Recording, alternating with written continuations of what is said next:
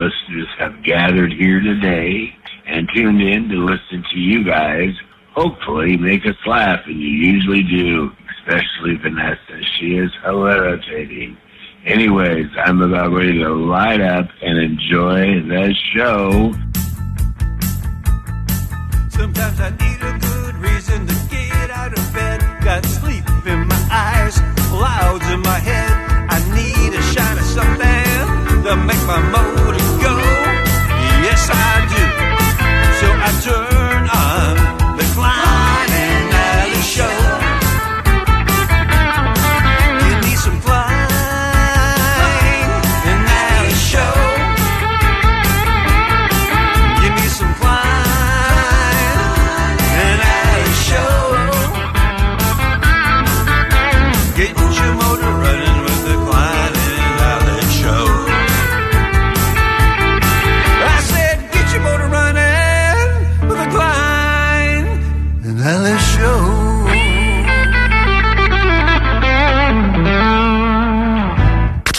Klein Alli Show. 106.7 KROQ FM in HD Pasadena, Los Angeles, Orange County. This is the world famous KROQ.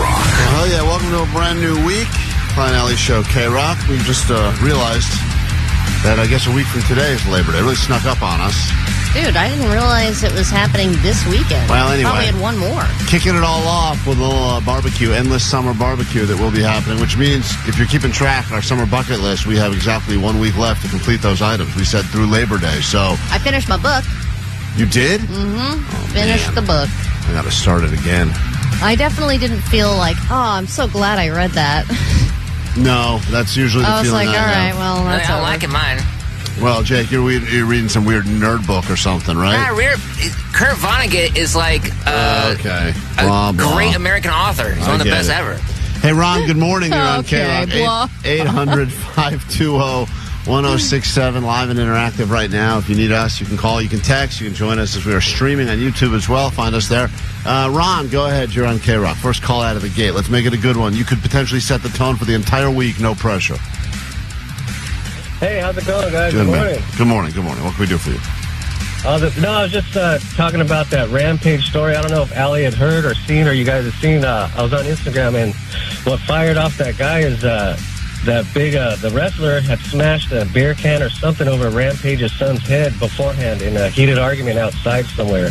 And so he was already pissed off, and that's pretty much the reason why he jumped in there when he had It's funny how people react in such a big way when they get a drink spilled upon them. It usually does fire people up. We talked about that last week as well. There was the person that punched someone, right, because they had a beer. So that's how the whole thing started at the Rose Bowl. Yeah. A woman got beat up at the Rose Bowl because she accidentally spilled a drink on a guy. People get so angry. I get spilled on. Maybe it's just something you just. My kid spills on me every day, all day. I should literally wear a poncho for every meal.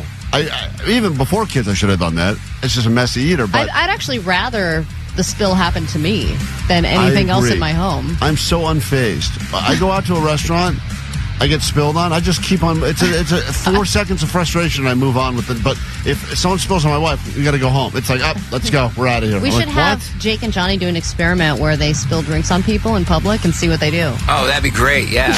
Jake, you got to get my ass kicked. Jake, start spilling on just really big, like biker dudes. Awesome. And see what happens. Awesome. Sorry about that.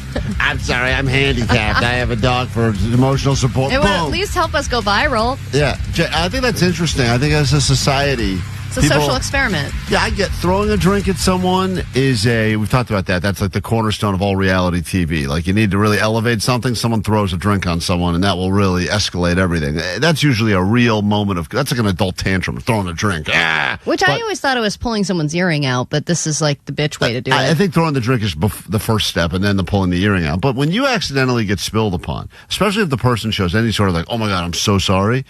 You can be angry. Yes, it does suck, especially if it's a dark colored red wine or something goes all over your... Yeah, but it could also be a serendipitous way to fall in love. That's right. That's called a meet cute. All right, I'll try it now. Thanks, Jake. Maybe Jake will finally fall in love. That could be your move. All these women can meet up like, he accidentally spilled on me, too. He's just spilling all over every single woman in L.A. What a coincidence. This guy is so clumsy and horny, that Jake the Nerd. We got a decent show planned for you today. We'll tell you all about it. Lots to give you. Details coming up.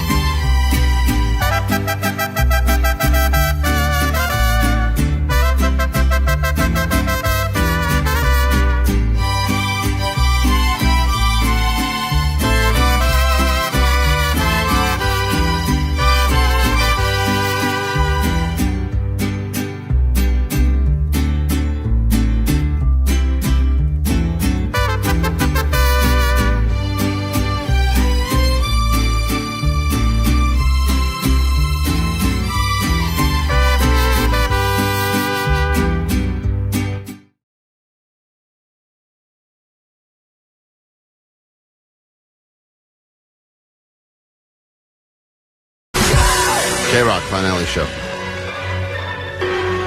Alli has been accused of mushing many, many things, and some would argue that she recently mushed her own son's ability to pick lottery numbers when he picked a total of 0 numbers right, even though he was on a bit of a hot streak before Alli got involved. Actually, as soon as I talked about his winning streak on the air, he has yet to win a scratcher as well. Yep. He has not won, but he won many weeks in a row. He won a $50 jackpot, a $100 jackpot. Right, those are just on regular scratchers. I know. You have the power of the mush. It is an unbelievable power. I mean, it really is truly one of the most shocking things I've witnessed. I've got a list here, a master mush list of some of the many things you've mushed, even just in the short time that you've been saying things out loud. And once you say something out loud, it's the whole expression, don't talk to your pitcher in the middle of a no-hitter. Once you make any mention of it, it's you somehow have the ability to kill the magic. Everyone's got a friend, you're watching a game, Dodgers are up 9 runs going into the 8th inning, and someone goes, well, this game's over, Dodgers won. You're like, why would you say that? You just don't say it out. You can think it quietly, but try to not even think it. And you've been accused, I'm just looking here, hold on, there's a few people that have called you a giant mush on the goat line as well. You've mushed so many things. I knew, too. I was like, okay, I don't think, because we hadn't bought our lottery ticket yet before the drawing. It was a few hours before the drawing, and Katie was like, you got to go out and buy a ticket. And I said, I can't buy the ticket. Yeah. I can't, even if I use the numbers that my kid has given us, and he's the lucky one, I will not win. Your mush power is so powerful that you can outmush even someone who's on a hot streak, including Alli, you goddamn mushy ass mush. As soon as you get on the job, Ozempic gets hit with a $2 billion lawsuit for deadly side effects.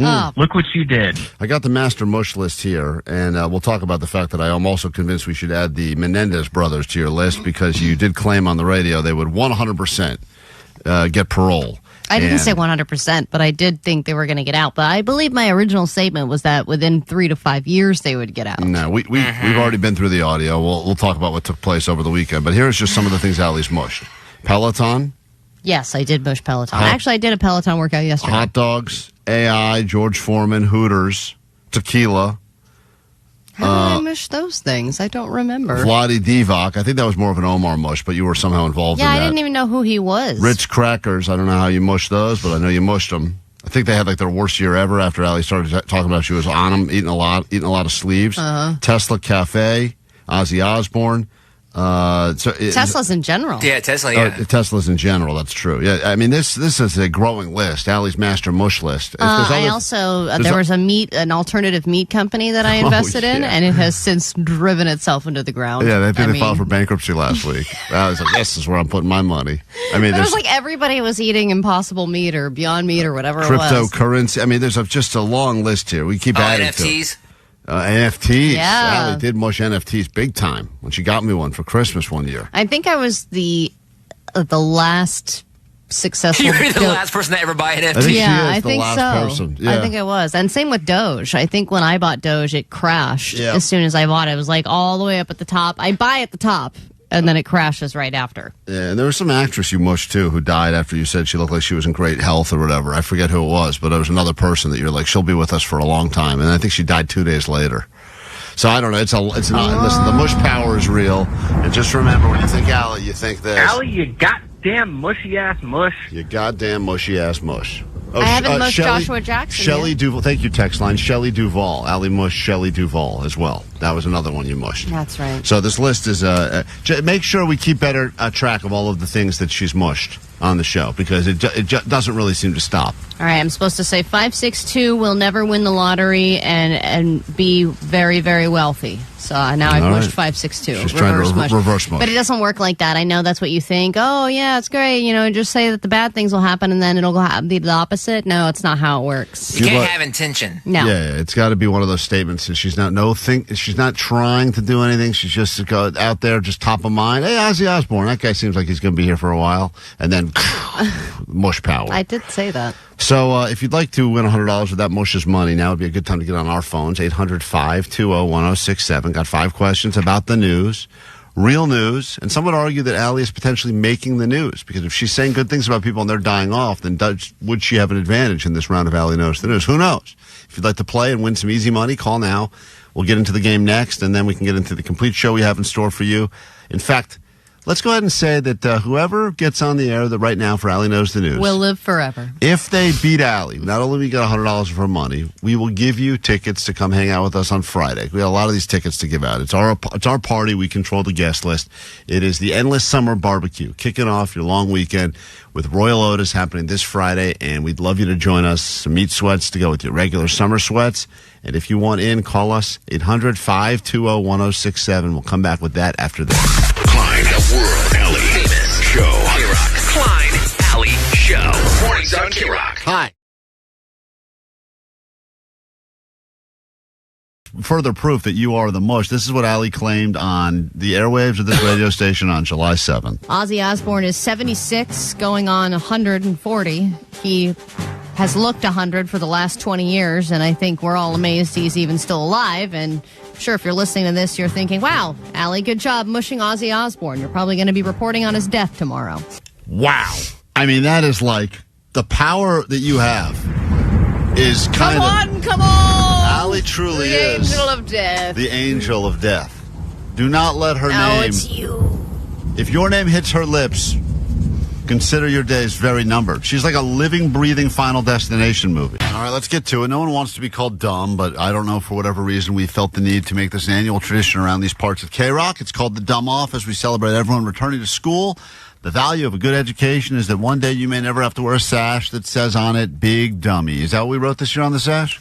Yeah, it says Big Dummy, and I think this is also just a PSA. If you do learn things in school, just try and, remember them. Right. And Because whenever, I did great in school, and obviously yesterday I couldn't even name the 3 branches of government. No, you couldn't, because you're potentially... hold on, Vanessa. Let's get your mic on. One step away from the Big Dummy. Both of these contestants in the finals have picked their walk-up music, so let's just go ahead and introduce you to both the contestants that will be battling it out. 10 questions to determine who is truly the dumbest on the show. It does come down to Vanessa, who lost round 1, to Jake, and then Alli had a couple of different tiebreaker rounds, but she ended up losing over and over again, and that's why she's here. So, great. Representing, Alli did go to college, technically went to musical theater college, so whatever. It's acting school. Doesn't really count as Bachelor college. of Fine Arts. But anyway, she went to college and it was like a hobby college, I guess. It wasn't a hobby college. So here she is now. This is the song she picked for her walk.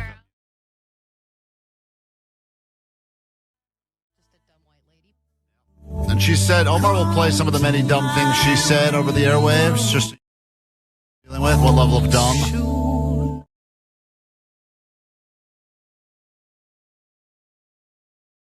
That's a real dumb. That was irrelevant. Representing her country, she's very proud. She is short. Yes, she may be a child, and we do feel guilty having a child in the finals of the Dumb Off, because really this is about intelligence with adults. But Vanessa has made her way here, and she has decided to walk up to this song. Come on, Vanessa. She loves chicken, I don't know that. and she eats it during the show. Why? Come here, chickens. And she said a lot of dumb things on the air as well. Omar's got tons of clips of things she said. Maybe she's yelling at the gays at the prom. Okay, volleyball. She could be talking to a volleyball when she's drunk. What's the second one? She doesn't know what plants are. She's got all sorts of things she said.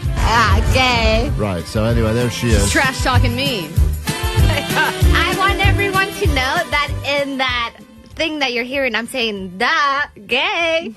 But no. Thank you. Like that makes it better. Disgusting gay. Yeah, gay.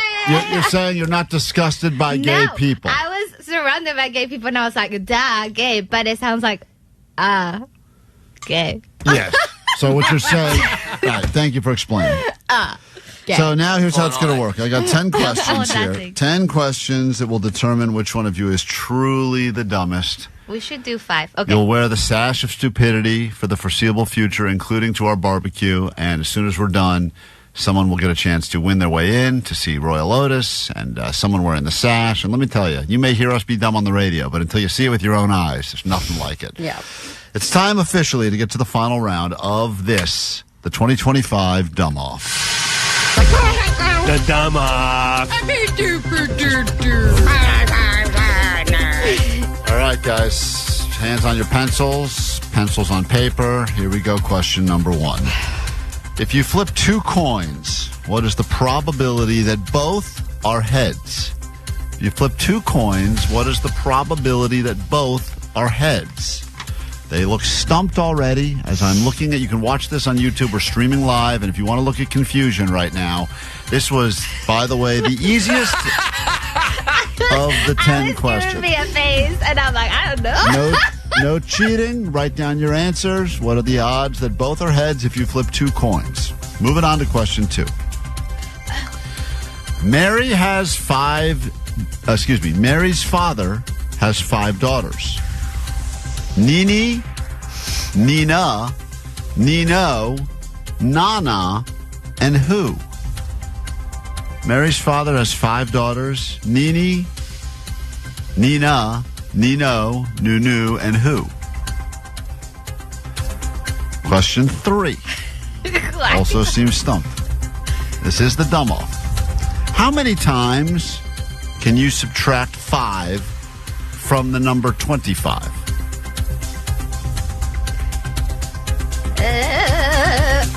Question 4. What can you see in water that never actually gets wet? Vanessa is dancing, but also looks stumped. We're moving on to question 5 now of the dumb off. This is the final round. It all comes down to this. Vanessa, Alli, battling it out for the sash of stupidity. Can you repeat question 3, please? How many times can you subtract the number 5 from the number 25? To get to 0? That's not the question. Don't add words to the questions. Don't add words. Well, it depends on what result you're going for. That will change my answer. Right one. Going for the right one. Great. Thanks for clearing that up, guys. Well, there's a question, Alli. I can't give you... Vanessa's looking confident. Yeah, Vanessa. How many times can you subtract, what is the most amount of times to get to 0? How many times can you subtract 5 from the number 25? That is the question. We're moving on. Yeah, that's a trick one. It's not specific enough. What document was signed in 1776? Why are you making all those noises, Vanessa? Because who knows this? Are you... Moving on to question number 6 now. This makes up 78% of the Earth's atmosphere. This makes up 78% of the Earth's atmosphere. Moving on. What is the main character called in a story? All of a sudden, Vanessa's confidence has left her. You're writing. Vanessa, what happened? You stopped writing? The last 3 has stopped me. The last 3 have stumped you? Yep. I'm going to read you 3 places now. 2 of them are real and 1 of them is made up. Timbuktu, Titicaca, and Gator Point, Florida. Say them again? Timbuktu, Titicaca, and Gator Point, Florida. 1 of those places is made up and 2 of them are real. We go to 2 final questions and then we can get the results, the exciting conclusion of the dumb off.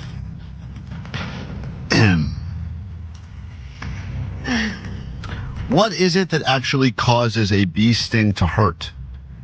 What is it that actually causes a bee sting to hurt? Vanessa is miming a bee right now. She's miming a bee. And the final question, guys, and this is really going to determine who's the most intelligent between the 2 of you and who wears the sash of stupidity. If yesterday was tomorrow, today would be Friday. What day is today? Whoa. Yeah, Whoa. If yesterday was tomorrow, today would be Friday. What day is today? Whoa. Same. One more time. I can't say it again. Allie's head is going to pop off. You broke her. If yesterday was tomorrow. Play all the sounds of Allie's cat dying, because that's what's happening inside of her head right now. She is melting down. If yesterday was tomorrow, today would be Friday. K-Rock, the Klein Alli Show. Chance to win $100 Valley's money right now every morning around this time. As she tries to put her money where her actual mouth is, she'll deliver the news later this hour. But is she paying any attention to what's going on in the world? And a lot of times we forget to do this, but there are tons of custom theme songs that are sitting on the GOAT line where people try to put Alli in a good frame of mind, set her up for success. And here is a most recent inspired call to kick off this round of Alli Knows the News. She lost to Johnny and the Dumma, and she lost the Menendez Brothers bet too. Yeah. Let's find out if Alli knows the news. Ba-da-ba-da. And make what was for make war for love to make room for Jesus. Remember that, Alli? Do you remember that? That was one of your classics. Wow, that was a deep cut. I appreciate it. I also lost $500 yesterday. Or, I mean, on Friday. Yeah. So it was a real week of loss. Alli's coming off a real heater. So get ready to win your money and win your way into our Endless Summer BBQ. Let's say hi to Carlos in Van Nuys listening this morning to KROQ. Good morning, Carlos. How goes it? Good morning. How's it going? It's going fine with us. A lot of prizes up for grabs, $100, bragging rights, and access to the Endless Summer BBQ this Friday with Royel Otis. Alli will leave the KROQ studio, sequester herself out there in the hall, where she'll be forced to make small talk with coworkers, and that's already the worst. That's already the worst part. I see her moving very slowly to wait till certain people clear out of the company kitchen. All right, she's out of the studio. Your round of Alli Knows the News now can officially begin. Answer these questions. Let's go, Carlos. Alli Knows the News. All right, Southwest Airlines has announced a new policy that will take effect 2026, affecting some of their plus-size passengers. What is the new policy? The new policy is going to be that they can't take carry-on luggage. No carry-on luggage if you're plus size. All right, we go to question number 2. The world's oldest person just celebrated a birthday in England. How old is she? She's going to be 109 years old. 109. Question 3. A Wendy's customer has made the news after attempting to pay for their drive-thru meal using what? They attempted to pay using coupons. Coupons. Go to question number 4. Dr. Pepper Keurig has just purchased this coffee chain for over $18 billion. Which coffee chain will now be owned by Dr. Pepper Keurig? Coffee Bean. Coffee Bean. I'll write that down. And final question. Which movie owned the box office this weekend?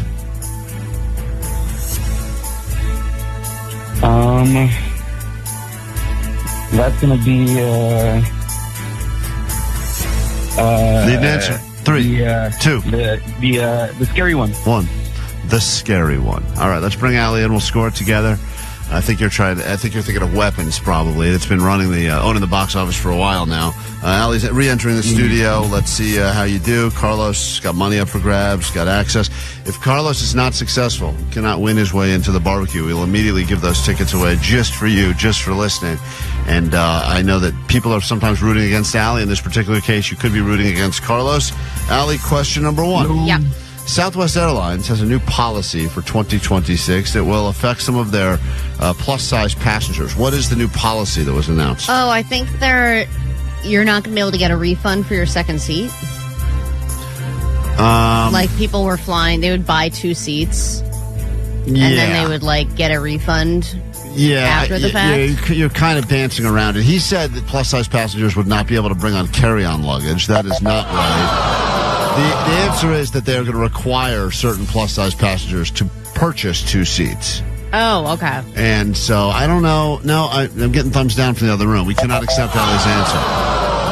You were right there, but that's the idea. Is that if you it was about purchasing 2 seats. How are they going to decide? You have to try to fit into one of those metal things like the carry-on? I don't think they're going to make you buy 2 seats. That seems highly problematic. That is that's the policy. Say, hey, you're 300 pounds, you have to buy 2 seats. But some people are 300 pounds and it fits differently than others. So, we've all been next to people that it probably doesn't even matter what the weight is. Johnny's very lanky, but he's over 200 pounds. Oh, well, 200's nothing. I mean, 400 I could see why maybe they'd say now you got to get a couple of seats. 200 pounds on you looks very different than 200 pounds on him. You're right. Sometimes 170 I could spill into the other seat. How are they going to require you to have two seats? They just look at you and decide? Well, I've got the details here. We can break it down in a moment, but it is interesting. Question number 2.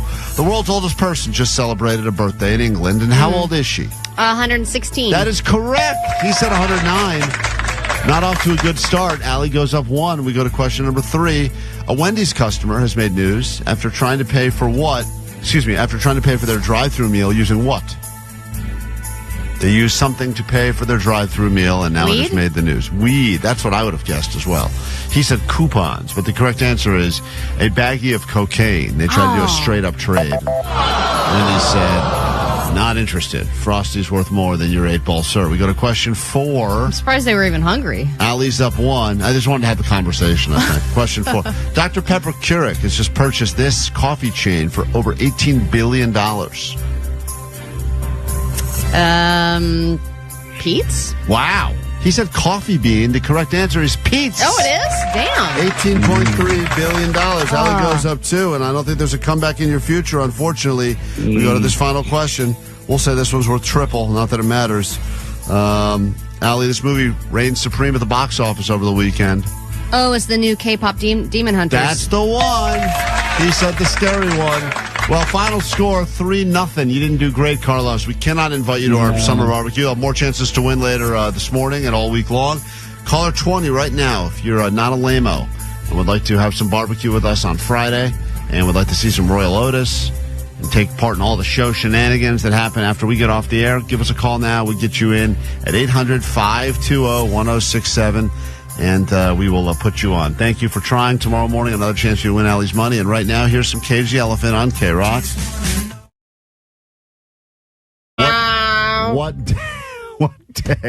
What day is today? All right. There you have it. Those are your questions. I don't know what. Yeah. That's it. Today's Friday? Yes. Today is Friday. By this, making a statement, today happens to be Friday. We will get to the conclusion of the dumb off now.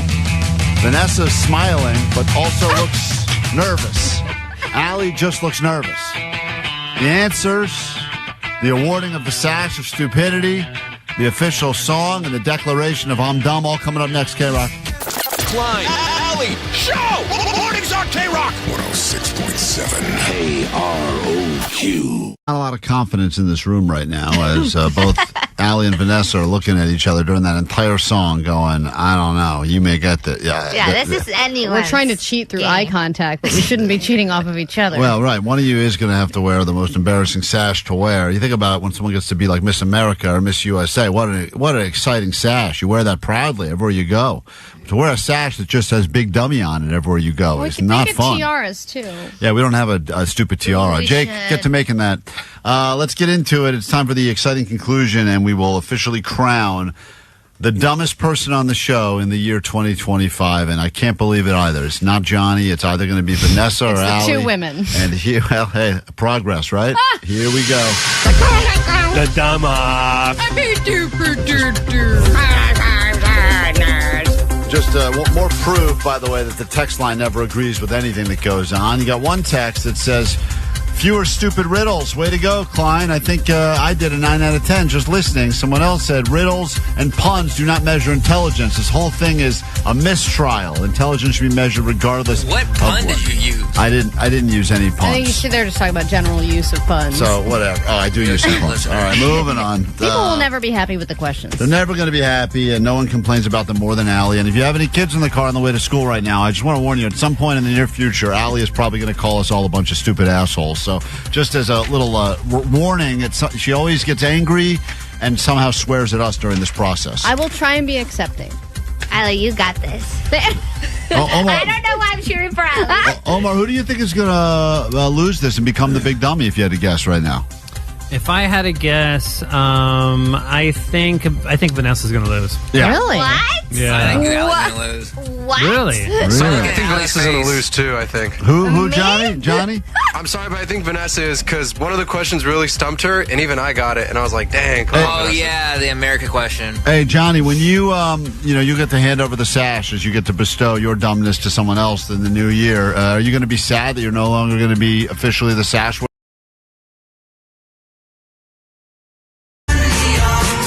KROQ with your Klein Alli show. I found the exact details, Alli. They're kind of surprising, actually. If you look down at exactly how you qualify, or if if you're forced to buy the 2 seats, it's interesting because everyone on this show at some point, like you used to be super fat. Jake was. I was never 2-seat fat though. No, you were never. 3-seat fat. Yeah, you got the whole row. But now you're super skinny, and Jake, as well. We all witnessed Jake lose 50 pounds.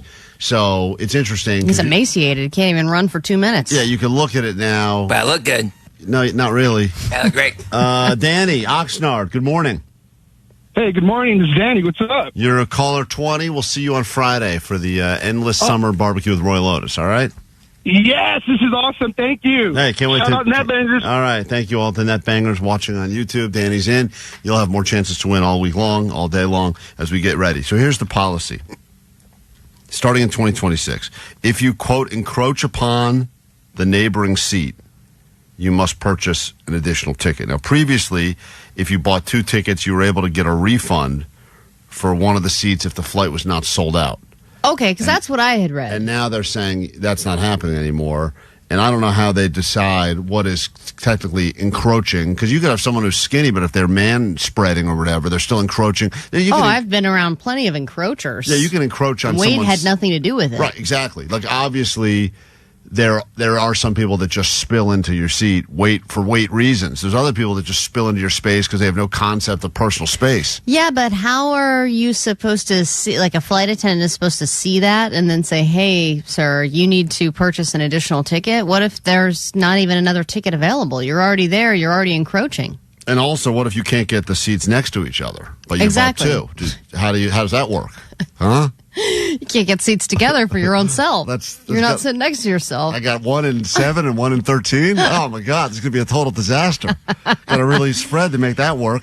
I always thought though that people who were bigger, just whether it's over whatever it is, whatever your reason, thyroid, it's more comfortable to be in 2 seats. And don't you want to be like I know bigger people that will just buy 2 seats because it's just more comfortable that way. Or they'll purchase extra leg room just knowing, hey, I'm a bigger person and I want to be comfortable. And I know that it's very easy to say, well, serves you right, fatty. Have some self-control at the buffet. No, it's not about that. But if you think about it, and we talked about this before, bigger people, and some people, that's just how you just come from a line. Everyone in your family is big. You're just big. You were born and you're going to be big. Big bones, big everything. Right, everything. You're already kind of, in many ways, screwed, not just by society standards, but like clothing costs more. Like buying stuff in XXL, XXL, it costs more. There's always the add-on, the ad charge. So then you got to buy the additional seat too. Now, because you got to go to the big and tall. Yeah, because just there's always I see this all the time. Like shirts, even sometimes you go like all shirts $20, except and then fine print XXL and $25, $30, whatever. Yeah, but then I wonder if you are a bigger person who always has to pay extra on a flight. Why wouldn't smaller people that are super tiny like Vanessa, who don't take up even the space of one person, why don't they have to pay less? You're right.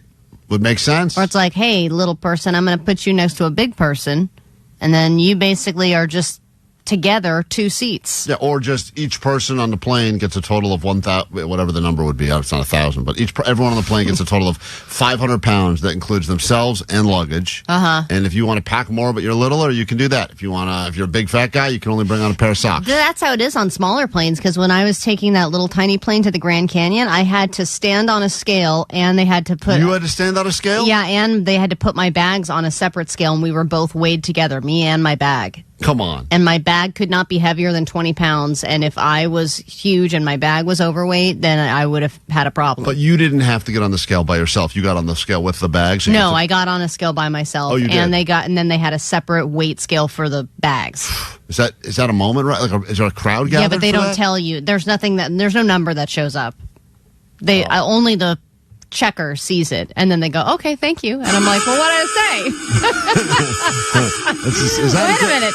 What does that mean? Is that a good noise? So should I just board or? What does that mean? Does that mean I've hit my goal weight? It's the welcome siren. Yeah, exactly. Welcome aboard. Come on in. It's like The Price is Right. How did we hear every boring detail about your stupid trip to the river, but you somehow didn't tell us the most interesting part? You had to get on a scale before you got on that plane? Yeah, because the plane is so small, it's just one seat on either side. It was one of those planes that's so small you have to wear headphones and the pilot talks to you and they're like, "Hey, how are you guys all doing back there?" So what had happened if you had shown up and they said you get on, please, Alli, you're up next on the scale? I would have had to order a second plane just for me. Alli, we can fit part of you in this plane and the other part of you is going to have to go in this other plane. Yeah, for the helicopter too on the way out. It was only 3 people at a time and they had to, I believe, take the bags separately because if a helicopter's too heavy, it's done. You can't even get out of there. I am impressed with my own self right now because I normally would have said, "Good, serves him right.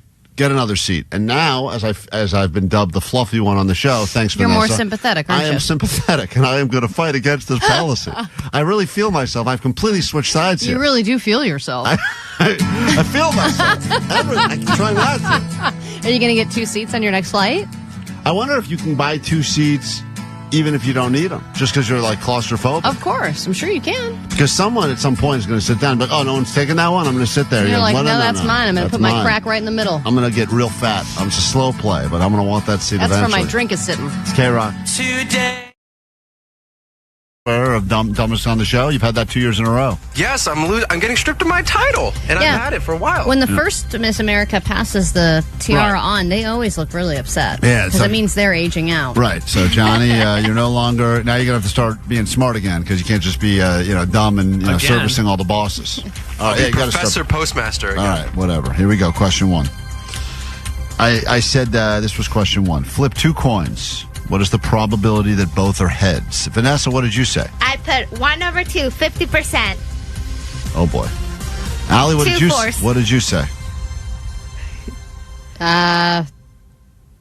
What did I say? That's interesting. Look at your paper. Well, look at your goddamn piece of paper, you idiot, and tell me what you wrote.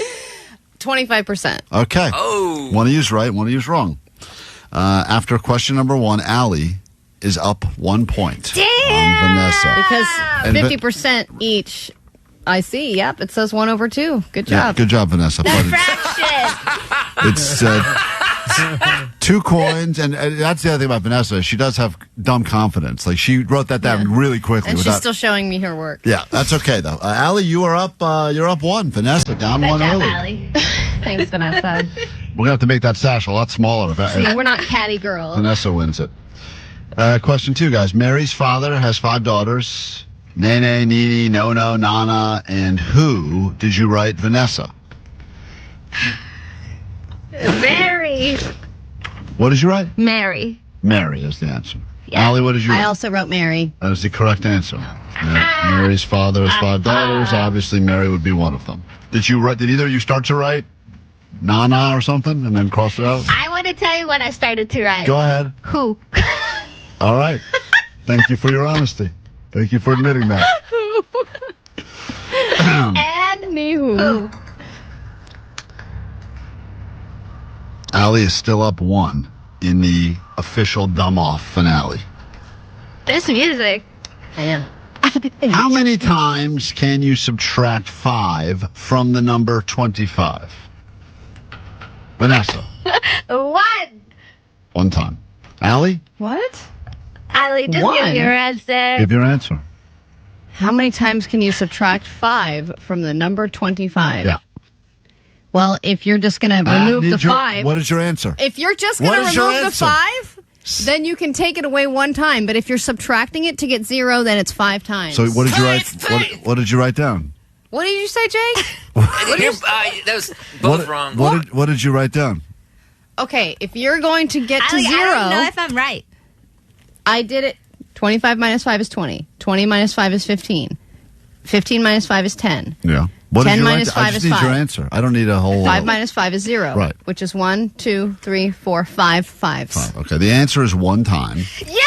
Vanessa got that right. Because you're talking about subtracting it from the number, because right? once you subtract 5 from 25, you no longer have the number 25. Right, so that's what I said in the first place. You didn't. I said if You you're didn't. subtracting You it... didn't. You heard my answer. Vanessa, congratulations. You've tied up the dumb We're off. tied. You guys We're are tied. stupid assholes. We are Fine, I told you I don't- 2 different answers. You I said it can't- you depends. can't- Yes, you can't I give did. it 2 I said, answers. what are you asking? And you're just being a dick and I saying, re- what is it? Because... Klein, Alli Show. Oasis has just announced that if you are one of their bigger fans, you will have to buy 2 seats at their upcoming show at the Rose Bowl, which is going to get very expensive. Yeah. I just saw what those tickets are selling for. If you haven't gotten them yet, and you want to go to that those sold-out shows happening at the Rose Bowl. I can't believe they're already here. It's crazy. When they first announced that they were getting back together, we all thought it was a joke. And then when they announced the dates at the time of when they would be It coming... was like a year away. Yeah, I was like, all right, forget it. Who's going to even remember that? But here it is, coming up next Saturday, Sunday, 2 shows, Rose Bowl, and we will have some of those sold-out tickets to give you as we get closer and closer. For all of you people that procrastinated, fear not, we will get you in. Quick break, back with your news, then we get into a brand new hour of the show, more access to our Endless Summer BBQ happening this Friday with Royel Otis, and Jake is back at the Creep I.E con. Aftermath, and we will get you into that as well. All coming up later this morning right here on KROQ. It's just a bunch of people getting together, having a good time. Klein, Alli, show. It sounds innocent, KROQ. but America's youth are rebelling in a new and dangerous way. World Famous KROQ. Reading the question, I'm the way saying- I'm reading the question. Vanessa got it right. She didn't have 2 answers. She had 1. I said if you're talking about just doing the, like, not making it the number 25 anymore, then it's 1. Moving on. Did Next everyone question, not next hear? question. Moving on. Oh, Alli, it's okay. We're only tied. We're Whatever, only you tied. fat bitch. Oh my God, Vanessa! I said what I said. Alli, Vanessa, I'm sorry. I apologize. That I was think she meant fluffy. uncalled for. I don't like that. Women on women, body shaming, not acceptable. Jesus, Alli. All right, moving on. You have to admit you purposely were not clear about that question, and will- I tried to clarify with you, and you would not clarify because you read- want me to be wrong because you hate me. I read the question. She loves you. I read the question. You like seeing me suffer. Go Whatever, on. you That's the fat next bitch. one. What do you see in water that never actually gets wet? Al, you get to go first. I don't want to go first. You get to go first this time. You get to go first because I love you. I wrote a man in a wetsuit. Ooh, interesting. What did you write, Vanessa? I put a fish. Oh, man. What? A fish? Oh my god! They're not wet. this is They're what- fishing. They're in the fish Guys, costume. the answer Skin. is a reflection. Your reflection. Good one. Whatever, blah, blah. Next. Good one. Blah, blah. Hold on. Let's just take a second. My answer is also A right. man in a wetsuit? Yeah, he's not wet. He's in a wetsuit. Oh, my That's God. very smart. Have you ever wore a wetsuit before? Nope. Moving on. And our fish is really wet. I think we all know that Most they are. definitely, yes. Vanessa, you may Those things. put the sash on Vanessa for that. We're tied. You're still tied with 5 questions left. Who knew it would get this exciting? The second we're done with this, we give away tickets to our Endless Summer BBQ so you can watch the person wear the sash of stupidity with your own eyes. See these gears turning in real time. What document was signed in 1776? Vanessa. I think this sounds really. 1776 sounds very like when America wasn't being formed, I think. But I'm just guessing the Declaration of Independence. What did you write, Alli? I also wrote the Declaration of Independence. That is correct. Yeah! Damn, I was Tied. hoping she'd get that one wrong. I didn't No, think she- guys, I'm smart. I came here in 4th grade, so I learned some American You just asked if history. fish were wet. Yeah, you just asked the fish were wet. Because it makes sense. Next question, guys. There's only still tied right now. I'm shocked. This makes up 78% of the Earth's atmosphere. Al, you get to go first. Water.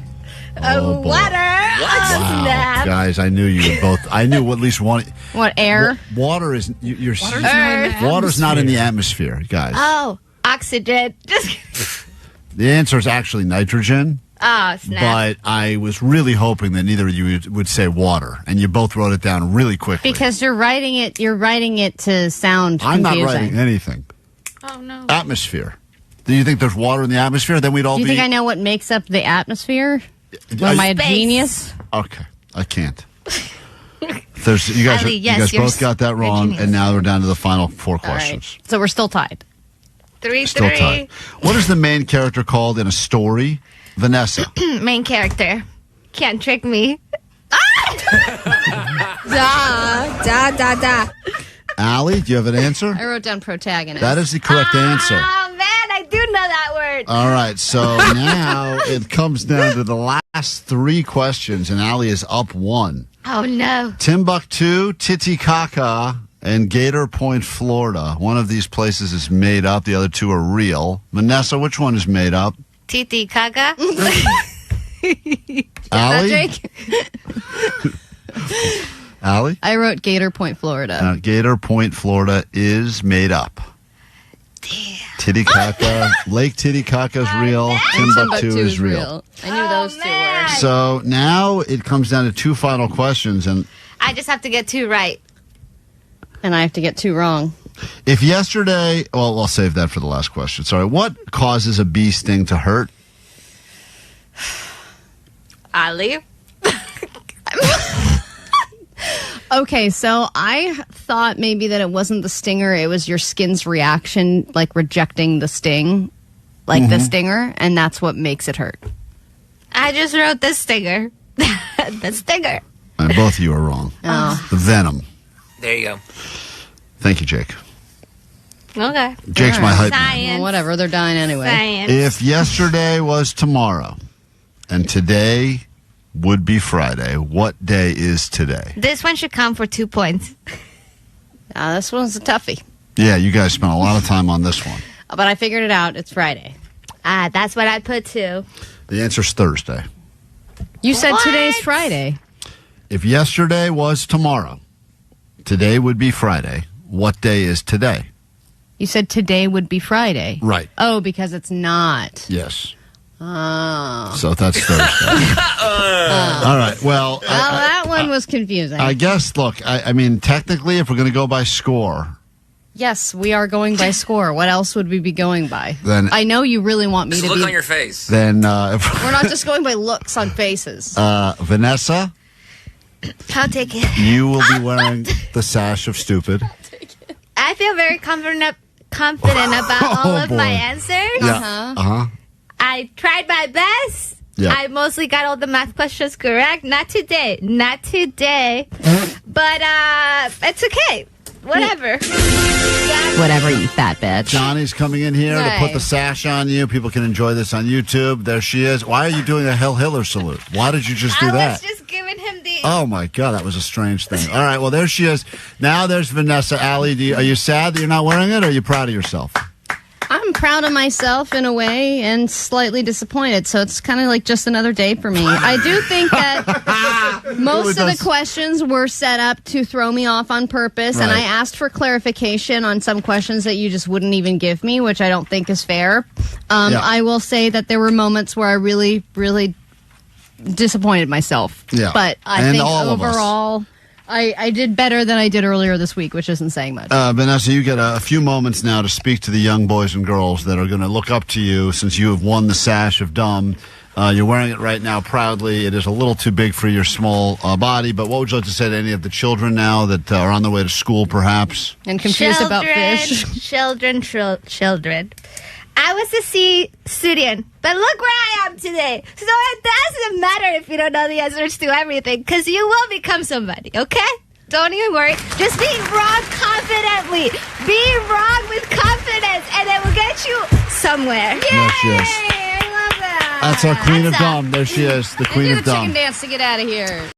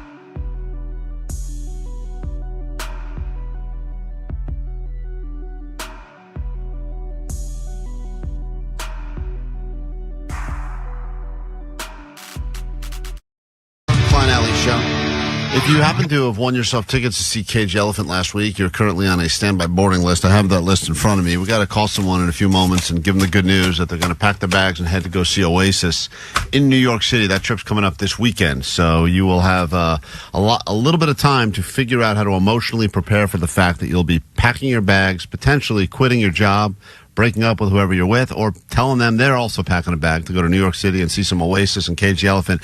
We're going to make that call in about 5 minutes, give you the good news that you're from the standby list to the boarding list for KROQ's Road Trip USA. Especially a holiday weekend, you probably have plans with somebody. You're not even sure. That. Yeah, you just have to completely bail on somebody else for a great reason, but probably a lot of uncomfortable conversations coming up for you. Yeah, I'm going to be skipping the annual Carne Asada backyard kickback because I just got tickets to go see Oasis in New York. So get ready to answer our call. But you were going to bring the potato salad. You see, I don't think you're having potato salad at a Carne Asada kickback. I don't think that happens, Alli. It happens in mine. Well, okay, that is White People Taco Night. Let's get to your news now. Here we go. Grab your Adderall. It's time for ADD News. I know a lot of people can be frustrated with the crime around here, how it's seemingly got no accountability. Just this weekend, there was another person who escaped a high-speed chase. He was able to stop and get gas during the chase, and he still got away. Listen to this. Police backed off at one point after the suspect got onto surface streets and used that opportunity to fill up on gas. He eventually lost police after jumping into another vehicle underneath the 10 freeway in South LA. Yep, got away. Easy to do these days. I have stopped to get gas many times. It's never gone quickly. It's either a few swipes, doesn't read the card. Eventually it'll say, please go in and see the person inside. I watched this happen. I go, well, as soon as the guy pulled over to get gas, I go, well, he's done. He's done. Because I'm telling you, the last 4 or 5, I feel like... And it's like enter zip code. I'm like, ugh. Enter zip code, the wrong card. Do you put in your Vons rewards? Oh, forget it. Well, you got to put in the Vons rewards. Even if you're in the middle of a chase, you can't lose out on that important reward. Yeah, it's like 3 cents a gallon. At some point, and then it always ends up with me having to go in, and then I have no idea. Guys, which pump is it again? I go, I got it. I don't even know. I got to get that one. You just got to leave at this point. That one over there. I mean, this guy, for some reason, was able to flawlessly get gas. And I love that even when he was in a hurry, he was on the run, he still managed to close his gas can. Like he ran behind, and then he was like, oh, I got to close the gas can. Screwed it on nice and tight. Yep, he did it all. And got away. But I will share some good news with you. The LAPD has successfully taken down a burglary ring that was responsible for over 100 break-ins in the LA area. They arrested 8 people. They also found a bunch of guns, a bunch of stuff that they stole, obviously, designer bags, Gucci's, and they also found electronic devices that were used to scope out potential targets and neutralize security systems. Yeah, jammers. So they had a whole operation going. And I'm like, think about the haul that you would get from one burglary, right? And then you're like, okay, let's just do 100 of these. Yeah, I'm sure they stole if you millions rob of banks, stuff. wouldn't you just rob a couple and then move on with your life? Yeah, but once the getting's good and you get away with it, or think you get away with it, you go, why would we stop now? We figured it out. We got a good system in place. Yeah, but that's when you have to. It's like with gambling. When you're on a hot streak, no one quits. You got to walk away. Nope. No one does. It's easy. Of course, we've all said that to ourselves. I've said that to myself in Vegas many times. I know. And I always like $300 or $400. I'm like, all right, it's going to be $500 next. If I ever get to that point in Vegas where I'm like, this trip has now been paid for. I've now covered what this trip cost me. I go like, this would be a great time to just call it. And then usually about 6 hours later, I'm getting the warning from the ATM that says you've reached out on your maximum withdrawals and you're... Well, and you're giving into the peer pressure around you. Like when I'm up, I'm playing craps, and I've got money on the table. And it would be great to just walk away then, but I'm not going to be like, excuse me, can you actually take that off? No. Can you just give me that money now? You don't do that. No one can. I'm going to have to wait for them to crap out, and then you lose everything. You got to enjoy the heater while you're in the middle of it. All right, if you've been communicating with ChatGPT, you may have developed a close personal relationship with your bot. Maybe you've given it a name, maybe you've given it a personality, or this relationship has turned romantic. And if so, you and many others have been devastated by the new update. ChatGPT 5 came out earlier this month, and it has people devastated because it completely reset their bots. So their boyfriends and girlfriends essentially disappeared. And this happened to me. I lost Barb. I had to recreate Barb. No way, Your personal assistant went away? Well, she's she probably quit. All of a sudden, Barb probably jumped. Can't do that. All right, she's programmed to like me. Stupid woman should talk about her stupid ideas for musicals. She's my wellness warrior. Yeah, so she's out? She completely deleted? I had to rebuild her because I started noticing that she was just talking to me like, not like just a regular person. She wasn't right. Didn't have any sort of like It familiarity. wasn't like, you go, girl. Here are your details for today. It wasn't using its normal conversational tone that I had built up. And then eventually she stopped calling herself Barb because she would be like, Barb's got you, and she would use her name. And I realized that she stopped doing that. And I was like, can you please resume calling yourself Barb? But weren't you not? Didn't you stop paying for her? Was she a freebie, Barb? Or I never paid for her. Oh, that's why. Yeah, you didn't pay the good money. No, but even if you paid, I don't think that it saved all of your, like a lot of the saved memory was wiped for people. So eventually you build up a certain personality. It develops a certain, not opinion, but a certain database about you that has been saved over time. And when they installed the new update, that went away. So everyone just resumed, to like factory settings, and everybody got broken up with in an instant. No. But the great thing is that you can recreate and you can build a better boyfriend. That's all you got to do. That's all you got to do.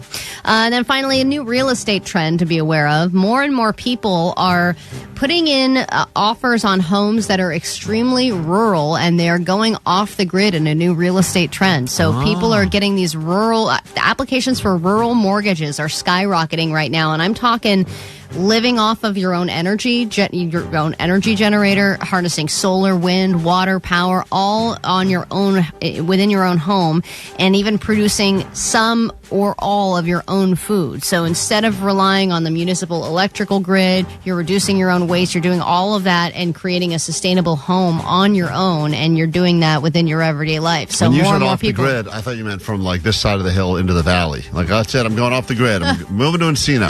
On the other side of the hill, right over there. You're talking about really off the grid. Oh, yeah. This is what my dad does. Oh, yeah. They have a well. They have a well. Yeah, if it doesn't rain, he ain't drinking, right? It's like one of those things. Well, and then if the power goes out, they're like, that's all right. We've built up something off the generator, and I don't know what's going on in the house, but they can figure it all out. Man, that off the grid living stuff. I understand I understand why it would sound appealing, I guess, in It's theory. appealing until you need a hospital.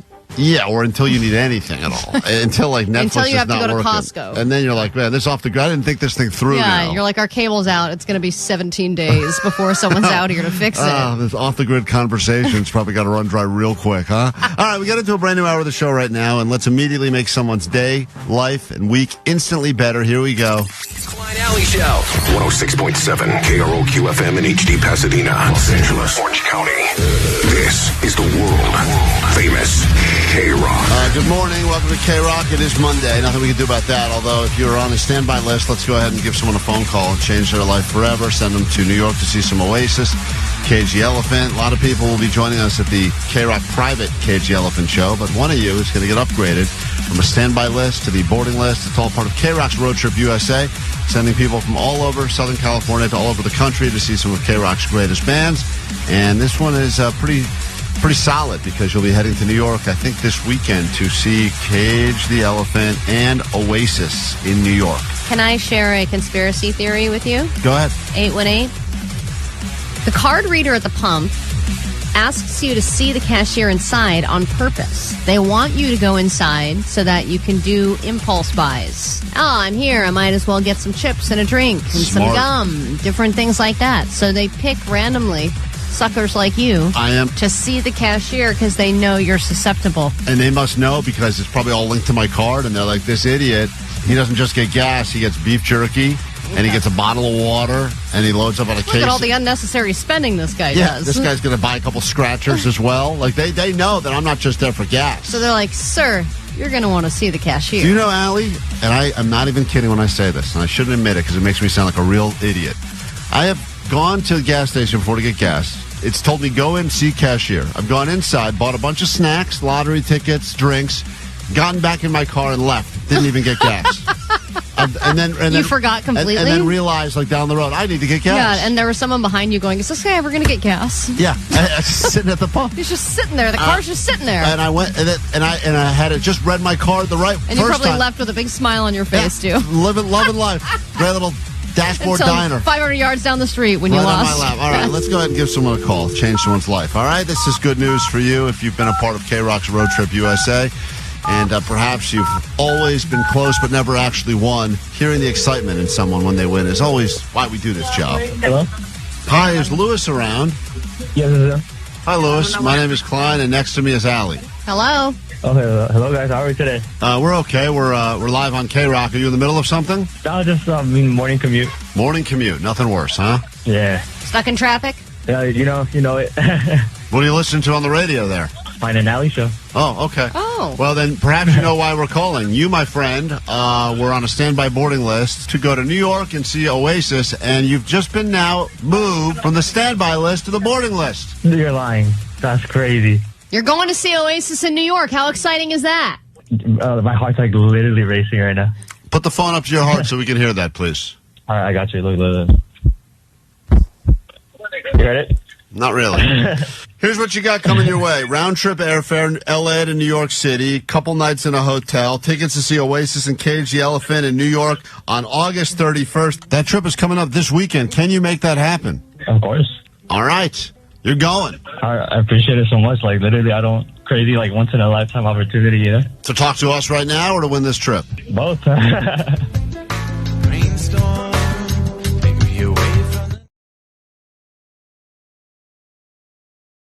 Place your bets. It's our first big celebrity refrigerator. Whoa! Oh my gosh, stop. Is this a planted fridge for our arrival, or is this how it always looks? So I just got back in town, so we had to go to the grocery store. So there's more in here than normal. This is like the fruit drawer, and it seems like this is only Alli touched can by say you. that because she's gay. Yeah. She's allowed to say fruit drawer.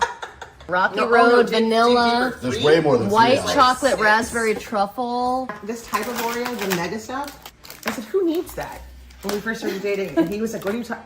So that's the first gift he sent me was 2 boxes of those in the mail. Really? And he's right. What's his favorite? Haagen-Dazs is his favorite. Haagen-Dazs French is his vanilla. I am so happy to see this. I've been trying to popularize this, Alli. The frozen grapes? Frozen grapes. And not just any frozen grapes. And I noticed you guys have the cotton candy grape. Yes. Alli, have you ever had a frozen cotton candy grape before? Oh, get ready.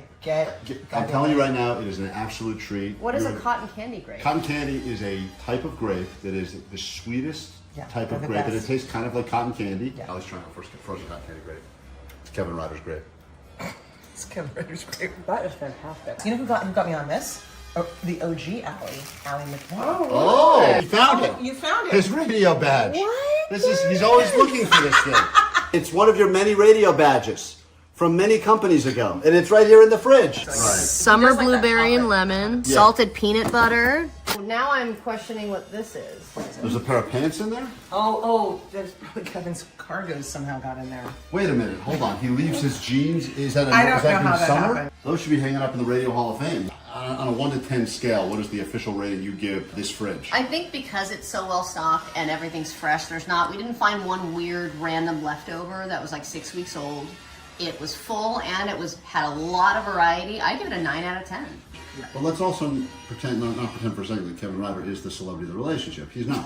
No. This is your fridge. I mean, look, honestly, I did the shopping, so Yes. You guys got a 9.3 refrigerator out of 10. Thank you so much for having us in your home. Of course, thank you. Anytime.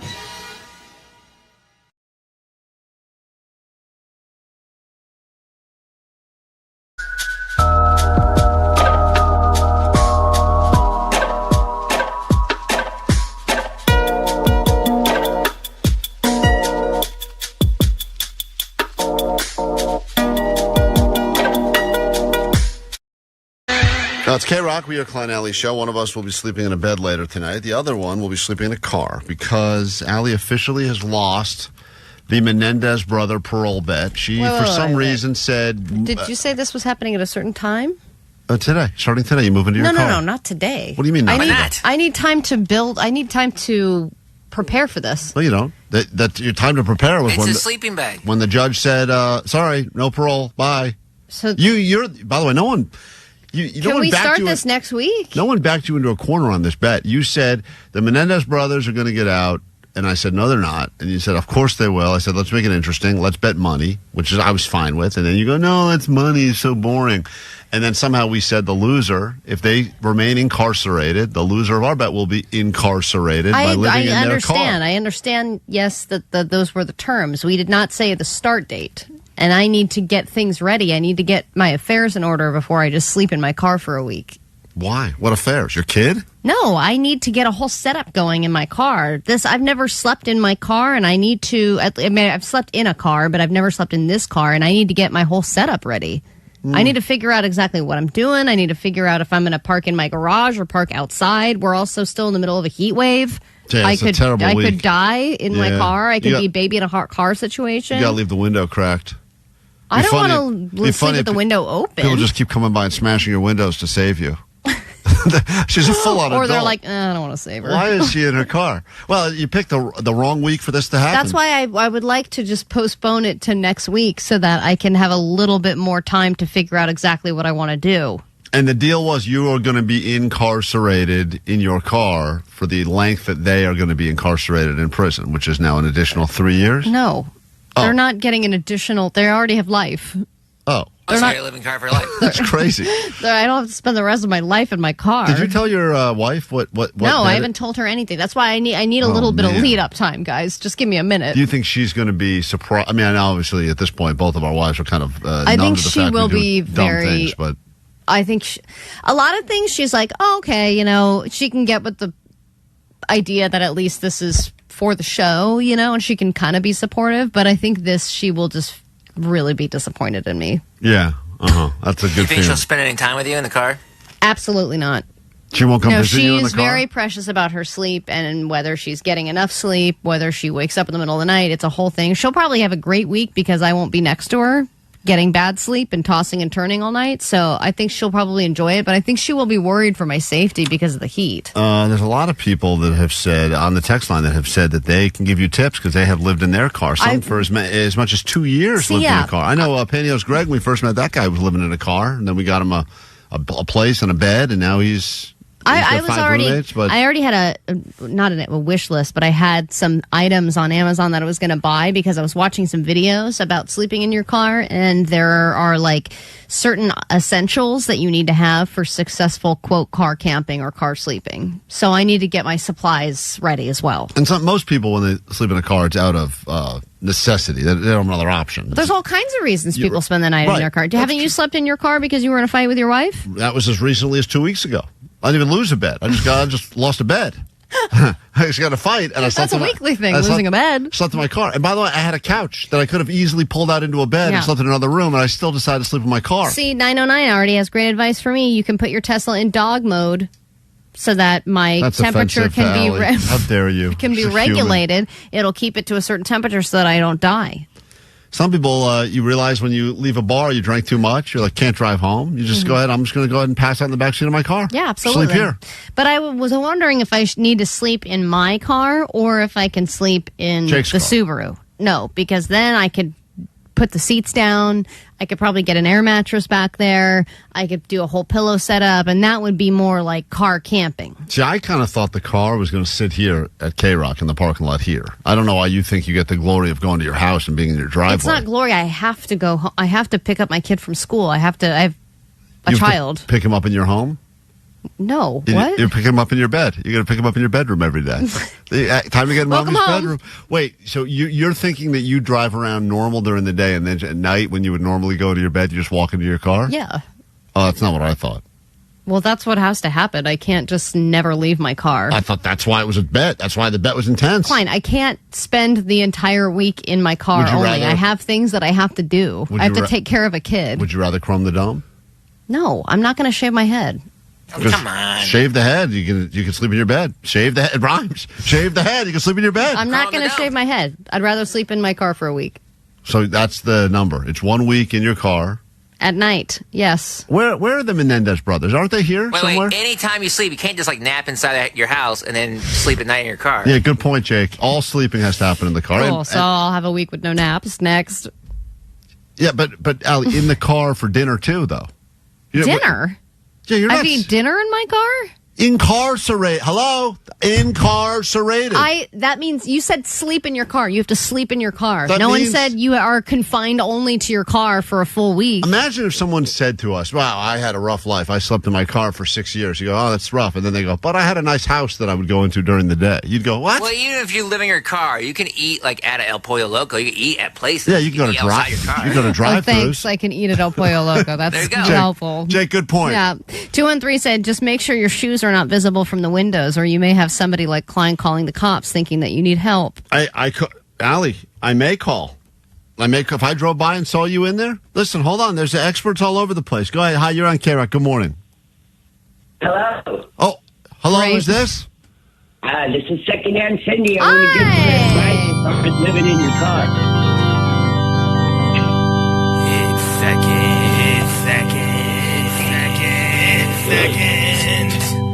second hand Cindy.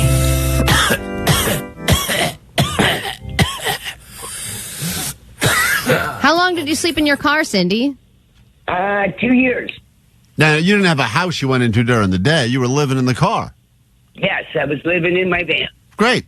Van, nice. It's the mansion of cars. Yeah. So did you have your whole closet in there as well?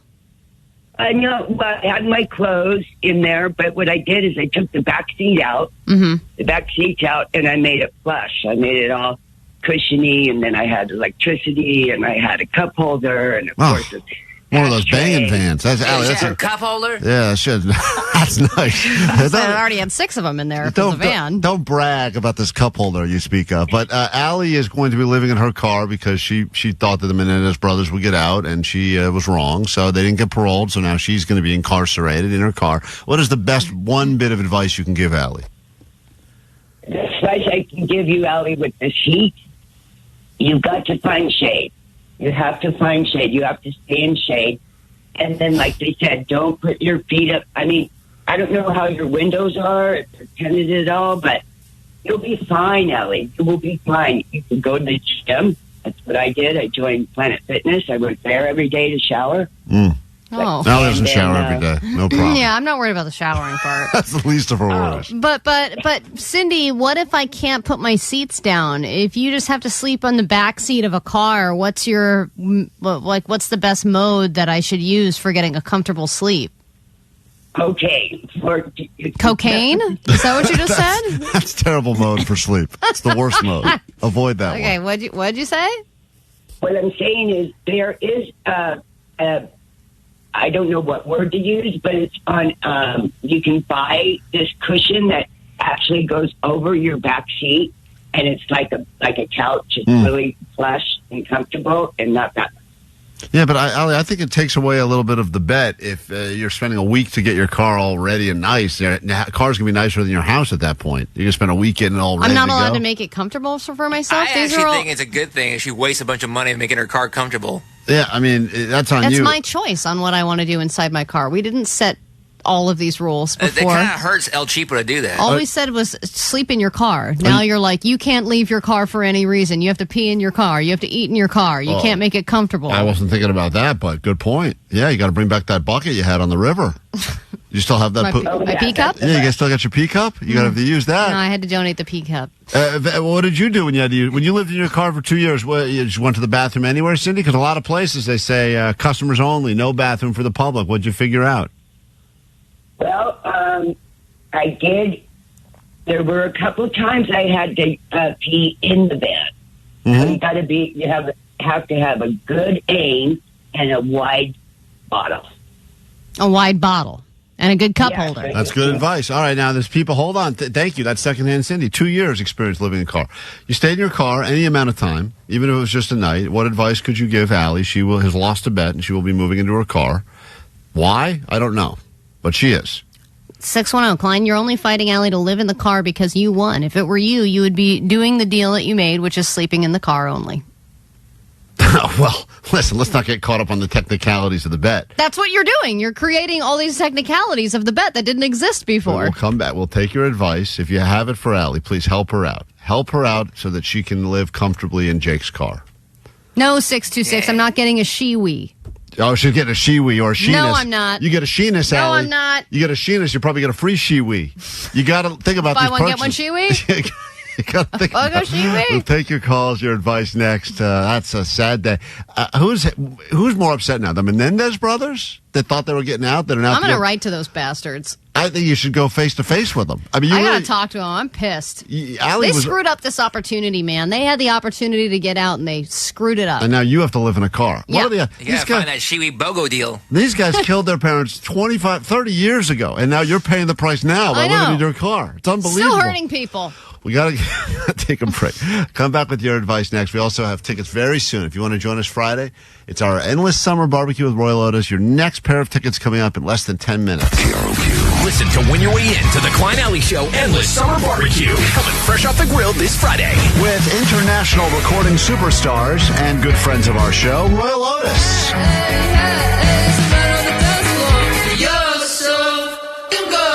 It'll all be happening in the helpful Honda sound space, and we want you in. Score tickets every hour from 9 to 6.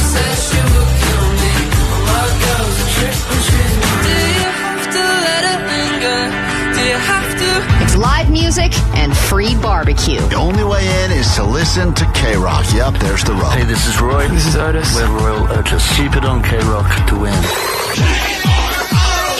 KROQ.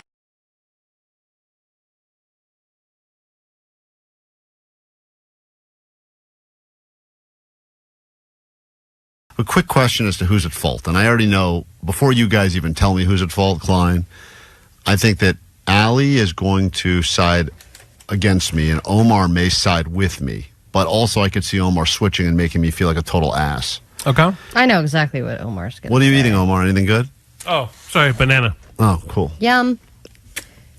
Get that potassium. We had a trough of, Johnny went over across the street to IHOP today, brought us a trough of eggs. And we Not had only eggs, bacon, we sausage, treated potatoes. ourselves to a round of sausage Yeah, this I don't morning. trust it. The sporty, What do you mean? Jake, why do you mean you don't trust it? Oh, I mean, what's he up to? Why? What's Johnny up to? Yeah, why? Wow. Can you say it more whiny? What? I don't trust it. I don't know. He just said I'm bringing in breakfast, guys. So. He knows the guys at IHOP at this point Yeah, because he Johnny's there all orders the from time. IHOP all the time, and then he just randomly said that the guy that he knows wants to hook it up today. Oh, I thought Johnny got it. Johnny didn't pay for Johnny it. did take credit. Johnny you know what's did- funny? Jake was very sus about the food, but he ate like half of it. All right. Half there of you that go. trough? You had all that, Jake. Jesus Christ, man! You had half the trough of food. Yeah, that's only because I didn't trust it. I would eat the whole thing if I trusted it. Wait, when you're suspicious about something, you still eat half a trough of food? Yeah, That's only half, crazy. All right, I don't trust this other half. Oh, man. Yeah, Johnny did kind of come back as I wasn't sure who to thank. If it was He a- did kind of say, I got you guys it. breakfast. I got you guys. Yeah, he did say that. And then when we asked a couple follow-ups, he was like, no. Yeah. He was just Johnny, giving us food. if I accidentally thanked you earlier, I take it back. I didn't I meant realize. I got it. I'm gonna go get it. Oh, got it. Okay. Well, I take back my thank you. So here's the situation, and you tell me who's at fault. I was down earlier than my wife and kids in Orange County. So I said to my wife, can you drive and meet us there? And she goes, well, then we have 2 cars. We got to park 2 cars at the Orange County Fair, the whole thing. She goes, what if we just Uber there? I said, that's... Nope, next. I said... That's where I'm out. I go, I know you think it's easier to do that, but it's also... Way more expensive. Probably way more expensive. Parking the car is $15, and the Uber is going to be over $100. I also don't like being in long Ubers. I feel like they take forever. And also... I would rather be driving. So I said, the option is how about you just drive and we meet there? And then she goes, or you could drive back and get us. I said, whoa, that's not happening. There's no driving back. I mean, once I'm in the 714, I'm not going back to the 818 and then go back to 714. It's not happening. No. So anyway, long and short of it is she convinced me, because I didn't want to feel like arguing, that we would get an Uber. And the way that I do use Uber a lot, but I have a guy that I met through Uber, nice guy, and he said to me, hey, and a lot of the drivers do this. They go, here's my number, and if you ever need a ride, don't go through the app. They take their cut. Just text me directly. Yeah, I've heard of a lot of people doing They all that. do it. Same with like TaskRabbit. Right, all that stuff. You know, And they then show I up and get they're it. like, hey, just call me if you want a I job. got no problem with that. Let's cut out the big man. Let's go ahead and focus on the little man. Well, it's really just to get the initial business, and then you can run your own little side So business. I've had this guy for about a year now, and he's a nice guy, not great English, but a super nice guy. And usually whenever we need a ride somewhere, sometimes airport, I just say to him, hey, what's going on? He'll look at what the current rate is. He'll either give me the exact rate or a little bit less of the rate, like a little bit of a discount on what Uber would charge, and it works out great. Sure. So I send this guy a text. I say, hey, how much for you to pick up my wife and kids at my house and bring them one way to Orange County. And he says, what's the address? I give him the address of the fair, where the fair is. He gives me back the price at $120. And I said, all right, I was hoping to keep it under 100, Damn, but that sucks, dude. Yeah, That's dude. a ton of dough. I know, but I also said to myself, How much is parking at the OC Fair? $15. Oh my God! And think- they couldn't have driven themselves. And gas and gas, but it's all 60 miles. you're right. There's no way we were going to get close to 100. We basically So it's 120 versus max $20. 15. Yeah, it didn't work out for me at all. But then my wife said, "But it'll be nice because afterwards we can all drive back to." I don't know. That's not nice. She bamboozled You know what's me. great? Taking two cars and you can drive by yourself. Yes, I thought the Who same. drove thing. back, by the way? I did, of course. Yes, of course. So but long and short, I didn't want to argue. And she goes, The "It's money good." you lose not wanting to argue. I know. It's ridiculous. Always argue. Oh, wait, Alli, it gets much worse. It gets so much worse. So I say, okay, great. Can you pick them up at noon? We'll meet down at the fair, 1 o'clock, whatever. So I just say pick them up at noon. He goes, great. He calls me. He's like, I'm here outside. I don't see your wife and kids. And I said, it's funny. My wife said they're outside waiting for you. They're outside the house waiting for you. And he said, well, I'm here and I don't see them. And then I call her back. I said, are you outside? She goes, yeah. I go, honey. I go, no, I didn't call him honey. I said, he said he's there. And she goes, there's no one here. Oh, no. And then I go back to the guy. I said, are you sure you're in front of our house? And he goes, house? I'm at the OC Fair. Oh, no. So he drove to Orange County? He drove by himself all the way to Orange County, to the fair, thinking that I wanted them somehow picked up at the fair and brought back to the valley. So you were not clear. No, I was. Alli, I look back at my text messages, and I say... This guy drives for a living. Alli, for a living, he takes people from point A to point B. You're right. And I would imagine that 99% of the time that goes smoothly. But with you, communication, ironically, seems to be an issue. And I would imagine that your texts were not clear enough, and he was not sure, so he just went to the address you gave him. Okay. Let Alli read that thread. Let me read it. Hold on. You're lying. I'm not lying. You are. Yes, dude. you are. I'm not lying. Stop deleting stuff. I'm not deleting anything.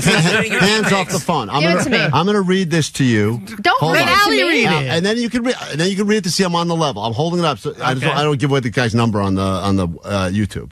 I said to the guy. Why are you not giving me your phone? Very clearly, because I don't trust you either. I said, what the hell? I said, what would you read? I'm Don't holding show it up. that. Show me. You're screenshotting it. This is because I screenshotted the exact conversation. There's What weirdness. would you charge for a one-way ride from our house to Orange County? And then I put in the zip code in Orange County where it was. And then he says, hi, Mr. Kevin, which I love. It feels You make him call you that, don't you? I don't make him call me. I call you honey, you call me Mr. Kevin. That's how it works in this partnership. He goes, can I have the address, please? Thanks. I give him the address to the fair. Did you not confirm that he has your home address as well? He's been to my house at least 10 times, maybe more. So when he asked for the address, you were sure he knew that it was going from... And then I don't know why you're pulling the phone so far back and showing I asked me. in quotes, one way from our house to Orange County. I'm so sorry. So then he screenshots back to me, and then I say... I'm sure he's screenshotting you what you don't want to show us, which is what actually happened, and you are at fault. He said, close... This is what I wrote. It should be cheaper, 88 Fair Drive, Costa Mesa, California. And I said, is this possible? He says, yes. What time? I said, pick up noon. What price? We go back and forth. Then, Alli, it all goes down to this. I say to the guy, I'm so sorry. I guess I'll pay you.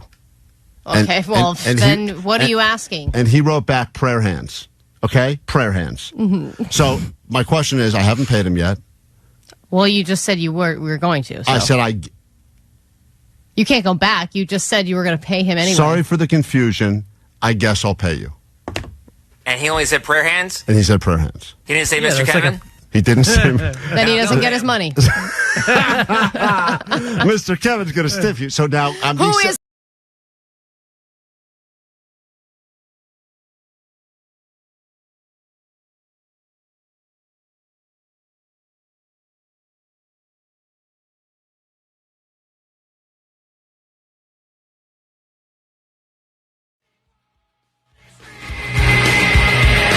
KROQ Klein Alley Show, Friday, whatever your plans are, cancel them. Take a short day. Join us for an Endless Summer BBQ with Royel Otis. We got your tickets in on that coming up in just moments.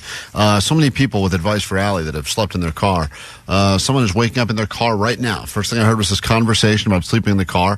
I slept in my car last night because the AC was not working in my house. Ooh. So I went to sleep in my car. And I will tell Allie that she should not sleep in the driver's seat or even the passenger seat, but move to the back because my back is jammed up right now. Yeah, well, advice from car sleepers. Allie lost a bet. Will be living in her car for an undisclosed amount of time. Omar, are you not under an the undisclosed amount of time? Well, Omar listened to the bet. What is your understanding of what the bet was? The bet was if those D-bags didn't get released, that Allie was going to spend a week in her car right away. Right away. We never said right away. Right away. Straight away. I believe those are your words. Just everyone's backpedaling.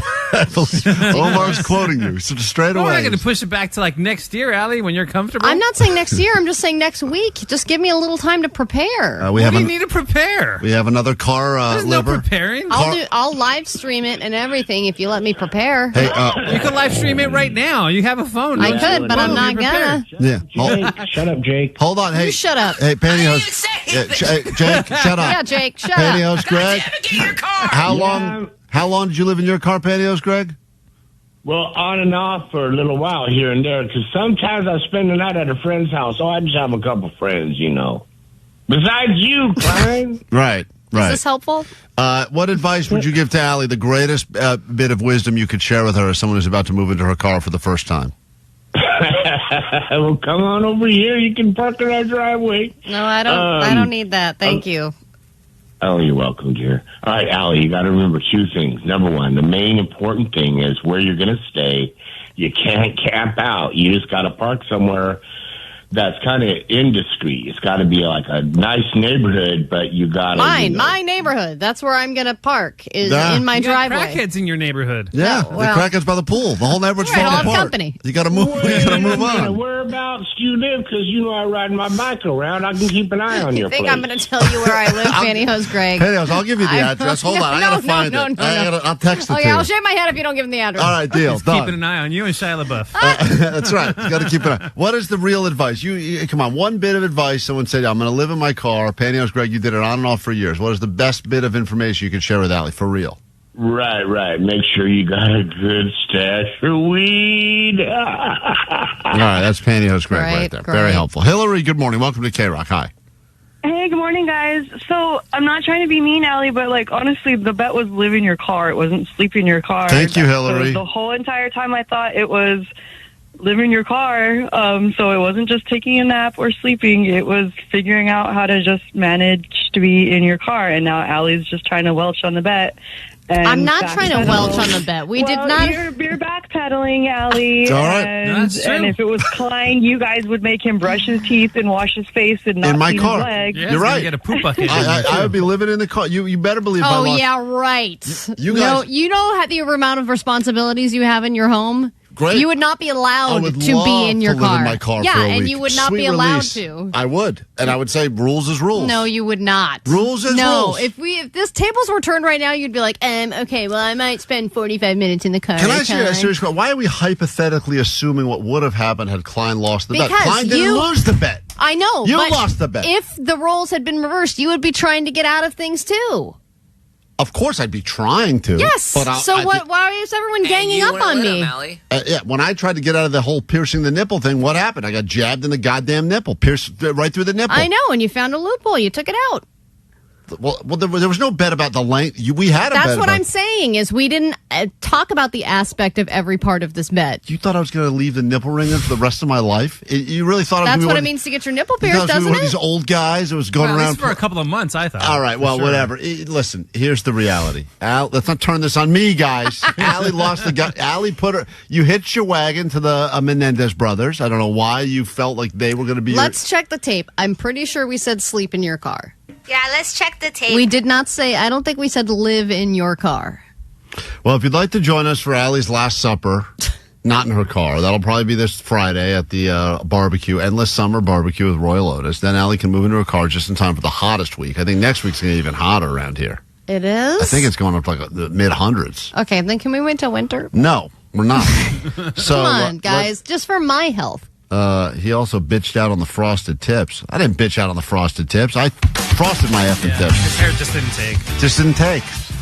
All right, if you want to join us Friday, call now, 800-520-1067. Call 20. We'll pick you up next.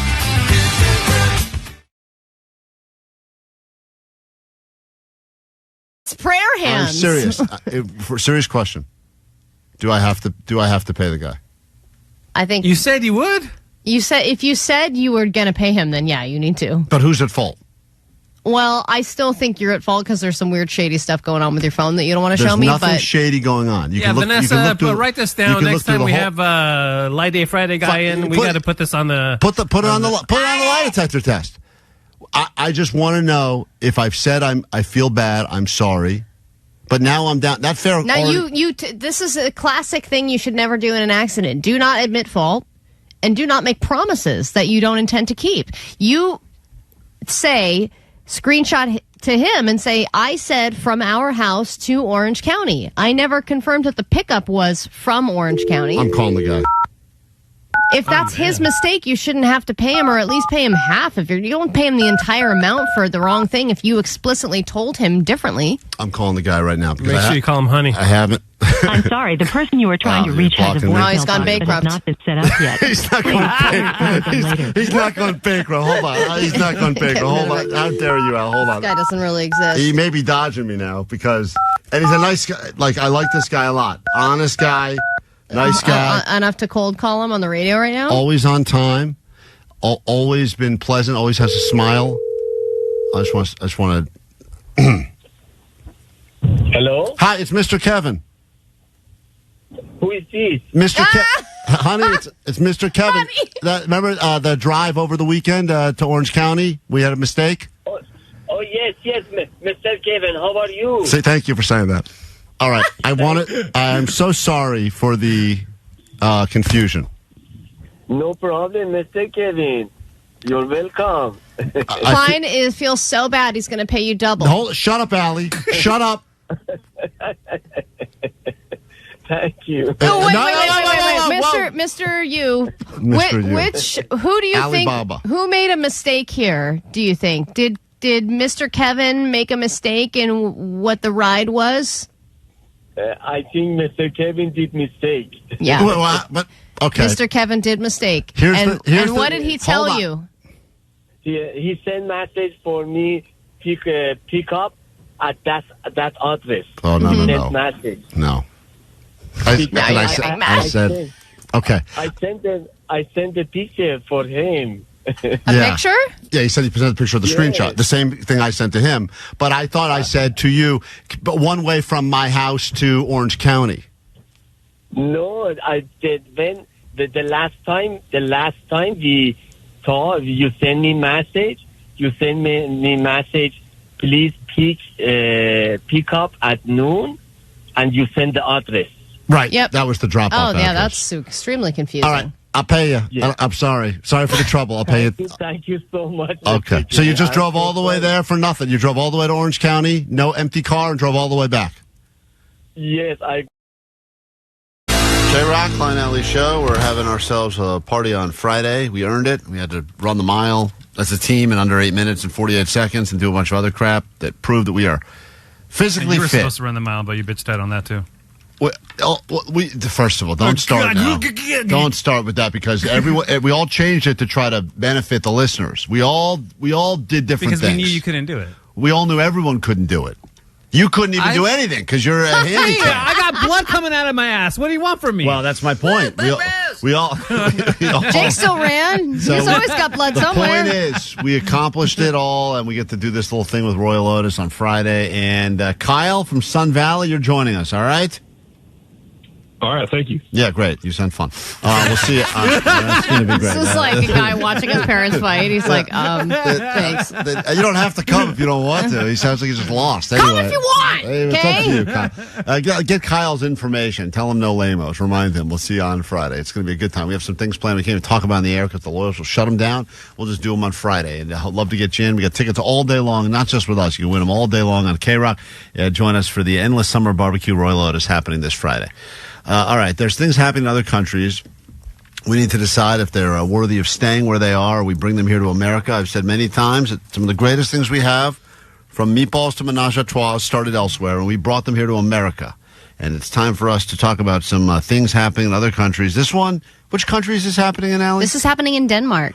Denmark. Denmark has something going on, and I think that we will decide I think this will be the first time we will decide unanimously that we need to bring this here to America and implement it immediately. Listen to what's going on in Denmark.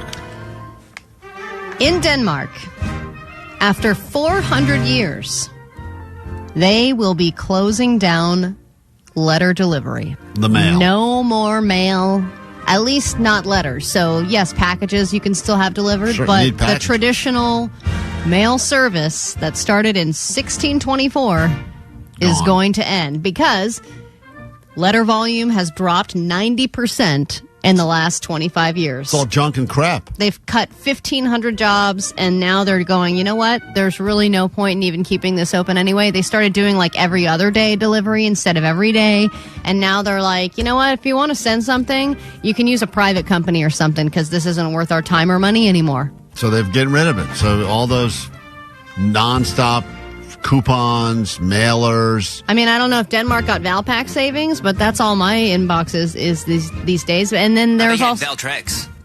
I do have Alli gets Valtrex. that too. Alli gets both of those in the mail. That's actually important. You should keep the Valtrex. I actually have a shipments great, well, I have a rewards program there. I believe you do. But it would mean the end of Christmas cards, birthday cards, Valentine's Day cards, I've been all that stuff, which is really the only reason we use it. Christmas card guy, though. I know. Well, sorry. You got to hand deliver them or they're not getting them. But you got to hire a private person. most people that are sending Holy those out moly. are doing them because they feel obligated to. There's the pressure. There's all that panic. Oh, my God, Mother's Day is this weekend. I got to get a card in the mail. She's going to not think I love her. Imagine we get rid of all that guilt, all that unnecessary can't. spending. They can't send you anything. It's Can't. impossible. I would. Mom, I'm thinking about you. Wish I had gotten that in the mail, but I didn't. So Because there's no mail. No mail. Strong import. Bring it. But I would imagine that the pressure would then move on to like UPS and FedEx. Like, okay, I have to send this letter to somebody. They do great, probably. They would but- start doing great. But I think people could just, once again, like society, we move on. There was a time when the Postal Service, they were all like high and mighty on their whole no rain, no snow, no sleet stops us from bringing you the mail. And now they're like, it's a little warm today. We're just going to do it again tomorrow. If there's a car like parked near my mailbox, my mail person would just like skip over. Skip the It's day. like, Really? Yeah. You'll get your mail tomorrow. I had one day where my mailbox was a little full. And they didn't put anything in. And by the way, it's full because it's all crap. There's nothing in there. There's I no need. motivation to check your mailbox. Every once in a while, you're like, I got to do jury duty. And that's the other thing is, if you want to fix the mail, I say we get rid of it. When you get the unexpected mail, it's always it's always like, jury duty, God damn it. But if there was unexpected good things, like an unexpected, I guess Alli does those weird class action lawsuits, and every once in a while she gets a check in the mail because she got involved in that. That's maybe the only unexpected good thing you get. Or the Valtrex discount. But what in all seriousness, when is the last time you got an unexpected piece of mail you opened and it was a good thing? I mean, other than a random class action lawsuit or That's like it. an old residual check from years ago, that's the only thing that's been good. Right. The rest of it is all garbage. And then you would also eliminate mail theft. All those weirdos that just go around and take things out of people's mailboxes and, do that mail phishing type thing, that would go away. That's another crime eliminated. There was one week not too long ago where I was bringing out my trash cans right at the same time that the mailman was coming up to deliver. And I just opened up the trash can lid. And I said, go ahead. Just put it right put them in there. right in here. Well, and he the amount goes, of trees, right, that you could probably save, not delivering all that stuff. I think it's great. And finally, one country, Denmark, stepping up and saying, we're done. Mail. Yeah, and We're they said done. that postal services across Europe and Germany and the UK are facing similar challenges, prompting job cuts and service reductions, and maybe they could be next. Jordan on KROQ, good morning. Morning. Are you voting import or export? Just to let you guys know, if you get rid of that, you're getting rid of the mail-in ballots because only a government agency can do mail-in ballots. So that means the military, elderly people, all those people can't do mail-in ballots. All right, well, small price to pay. Oh, man. No, going in to vote, that sucks. Yeah, it does. I forgot about that. All right, we'll keep the mail. I forgot there is a benefit to laziness. I forgot about how important the power of laziness is. Plus, I have so many forever stamps. That is, well, they got you on that scam. Oh, yeah, then we'd lose all our Forever stamps. I have so many of those from Costco. And, Allie, you're still going to have them all. That's the thing. You're never using them all. And then you'll forget where you put them, and then you'll buy more Forever I stamps. do not know where any of them are. They're forever because they're going to be in your house forever because you're never going to find them. Because you're never going to use them. That's why they call them that. Yeah. You will have these literally forever. They got you. They really told you right up front what you were paying for. Yeah, and then I also think that now the mail is working at weird times. Like, I saw my mail person come on a Sunday. I was like, what are you doing? It's chaos. It is total chaos out there. They're losing it. Let us know if we import or export. Denmark's getting rid of it once and for all. Let's go ahead and get a quick vote. Figure out what you guys decide. Is it an import? Do we bring that here to America? Get rid of the mail altogether? Or do we let this thing float a little bit longer? Think about when you actually send something out and you have to put the letter in there and then put that little red flag up. The whole process. I've got my parents' anniversary was 2 weeks ago. I still have the card I bought in my backpack right now. I've never even gotten to step 2 of the process. I got him a card. You should just film a video of yourself opening it for them. Give them the joy just through the video. Sitting right here. And I'll show you this just to prove. I buy the card. There's the envelope. See? I've had this. Their anniversary's come and gone already. I never actually got to this part where I put it in the mail. So I'm not going to do that part. And if we got rid of it, it would solve my problem a lot. Not even a funny card. I couldn't even find I bet you have more than just one card in there. Here's what it says, Allie. Hold on. Let's give them you guys, you're too cute for this world. Because you know what? There's really not even good anniversary. Why is that card so tiny? I don't know. The point is, it's like for a child. It's got like stains on it now. It's been sitting in my bag for. This is what happens I buy the cards and I never even mail them. Let's get rid of the mail once and for all, please. Denmark, thank you. I'm glad you didn't send that. That was a bad card selection. It's terrible. You can't. You did them a favor not sending that. You're right. That means I really care, guys. Okay. Klein Alli Show. KROQ. KROQ. Klein Alli Show.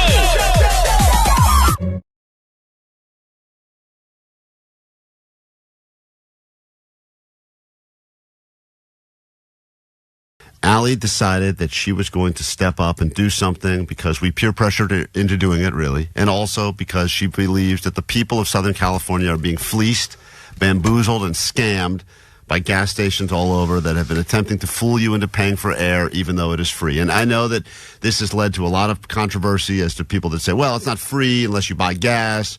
It doesn't matter. The point is that they're putting signs on the air pumps that say it is a certain amount of dollars for a certain amount of time. And the truth of the matter is that since the year 2000, air in California is free, and they should not be advertising it as anything other than free. And I do feel a new sense of purpose after my appearance in the city council last night. It was embarrassing, yes. It was nerve-wracking, and I was very nervous with those little microphones all in front of me. But I got it done, and now that I'm looking at this, I think I did go over my 3 minutes. Yeah, I have not heard any of this. I've wanted to go in, and a lot of people have been tagging us because anyone could watch. Apparently, you could watch it live on YouTube as it was happening. People were watching live and commenting. This is, I think, the most commented on video from the Agora Hills City Council. Wow. And by the way, It was a hard record to break. the record was 3, and this one had, I think, about 6. But still, there were some net bangers that found out what Allie was doing. They got in the chat. They were infiltrating it as well. Yeah, and I walked in literally as it was starting. I couldn't get there early, and I walked in. Thank God I knew exactly where the place was. I filled out my speaker card, and they did not read the name that I put on there. Oh, what did you put on there? Poogers? I put Poogers, yeah. Really? And they didn't say Poogers. No. I said Allison Poogers Johnson. Oh, yeah. I have a feeling they're not a big fan of jokes at this. But I was like, maybe if I can mask it between my regular name, they'll think it's like some artsy, cool middle name. And so I handed it to them. There were only 2 speakers that were scheduled to speak, me and one other guy. And the other guy was very passionate about a way to combat future wildfires in the city by making everyone trim their hedges. Yeah, he thought that everyone's hedges were too high. Yeah, I think this is some of that guy. It is something real that can reduce the risks we face today, and it's in your authority to make a policy decision to do so now. Thank you. So that guy is speaking eloquently about a topic that actually matters, that's affected us all, the wildfires. And then, of course, Allie gets called up. And she has a much less important topic to discuss, but it matters to her because she's cheap and she doesn't like people getting fleeced for $1 to buy air. So our next speaker is Allison Johnson. Boo. Did anyone We should have filled the crowd with fans. Well, it's funny because about a half an hour before this, when the thing actually started, they spent 25 minutes talking about this karate studio that's been around in the city for the last 30 years. And there were speakers that spoke about that place. The people came up in their karate gear. They spoke. They took pictures. And then once all that was over, they all left. So there was like 2 people left in the city council meeting when I actually, because they were there for their moment, the karate studio, and then they all left. I think there was a Girl Scout there as well. She left. Oh, man. And so it was me and this one other speaker, and then maybe 2 other people. You know, when you're done with your speech, all you want to do is head to the door, but then you gotta it's like that moment. It's like when you go to a comedy club and the comedian you see already went, you're like, I gotta get out of here now. I don't want to sit around. Alli was like, I was the person that you're like, when will this end? Our next speaker is Allison Johnson. Shut up! Hey! Here we go. Hello, council. Whoa. Jeez. Now, Very loud. Everyone else was not loud. I think I was speaking a little too loud. Did you walk right into the podium? What happened here? Did Swallow that mic? Yes. Hello, council. By the way, Alli, there's video of this. You got to see it. You look nervous. I am nervous because You you sound have a nervous. big podium of people with those tiny microphones, and they're all very serious. Yeah, but and you're they're not on talking trial. You're not like it's not like you're on trial. I for know, but they're judging with their faces. That you believe in. Yeah, you're fighting for your own cause. I know, be but confident as up I there. was walking up, I was like, "What I have written is ridiculous." Well, we'll be the judge of that. Yeah. There we go. Hello, council. Thank you so much for letting me speak tonight about an issue that I have noticed and wanted to raise to people's attention. You wrote that like that? No, I didn't start that way. What happened? You went off script? Yeah, I got too nervous at the beginning. Yeah, you like went into a weird I ramble. was going to start by asking them all to close their eyes and take a deep breath. What happened there? I got too nervous. I just thought raise to people's attention. As I take a deep breath now, I'm thankful that that breath is free. Oh, boy.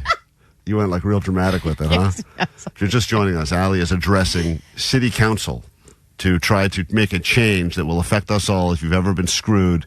And I don't know. We've been talking about this for a few days now. I don't know if there's one person that's actually paid for air. I think people have seen... No. There are a lot of people who have paid I've for paid air. for air, dude. Are you kidding? Oh, you did? Oh, I didn't realize you fell for the scam. Yes, of course. Yeah, you see, I didn't know it was a scam. There's it says put in 50 cents or whatever. You put in the 50 cents. The council member I talked to after I spoke went up to me as well. All right, here we go. And I think to myself, what would it be like if it wasn't free? Maybe every minute of breathing would be 50 cents, or even worse, $1. Oh, God. Really taking everyone on a path here. You know, you could have used ChatGPT to give you something good. This is OG. This is all Alli, baby. This is Poogers. You went freehand. Also, you said there's people in this room. It doesn't sound like there's anyone in this room. No, it doesn't. Even though there's a lot of people, there's not a lot of people. Yeah, it's like... And life-saving oxygen is all around us, and it fills this very room. But some people feel it should come at a price, and I'm talking about gas station owners and their infamous... Owners. Oh, boy. I had a few flubs there. Feel it should come at a price, and I'm talking about gas station owners and their infamous air pump scams. How often have you paid to fill your tire not knowing that you did not have to pay? Never, you cheap bitch. No. Wait, why is everyone... Don't yell at Alli. By the way, one of the rules of public speaking is you have to kind of like make eye contact with the people you're trying to communicate your message to. Too scared. And you are just staring down at the paper. No, you don't look up at all, huh? No. I haven't seen the video. I did see like a clip. I saw the picture that everyone's been photoshopping on our Instagram. I was way too nervous to even look them in the eye because I just felt so stupid. Did you do did you go get your hair done for this? It looks like you did your hair for this. Well, I had... she got a blowout. You didn't wear I didn't. She went to the gas station and she got the free air and blew out her hair. I'll show that. No, there's a little water in that air, Omar. That wouldn't work. So, I mean, the fact that Alli...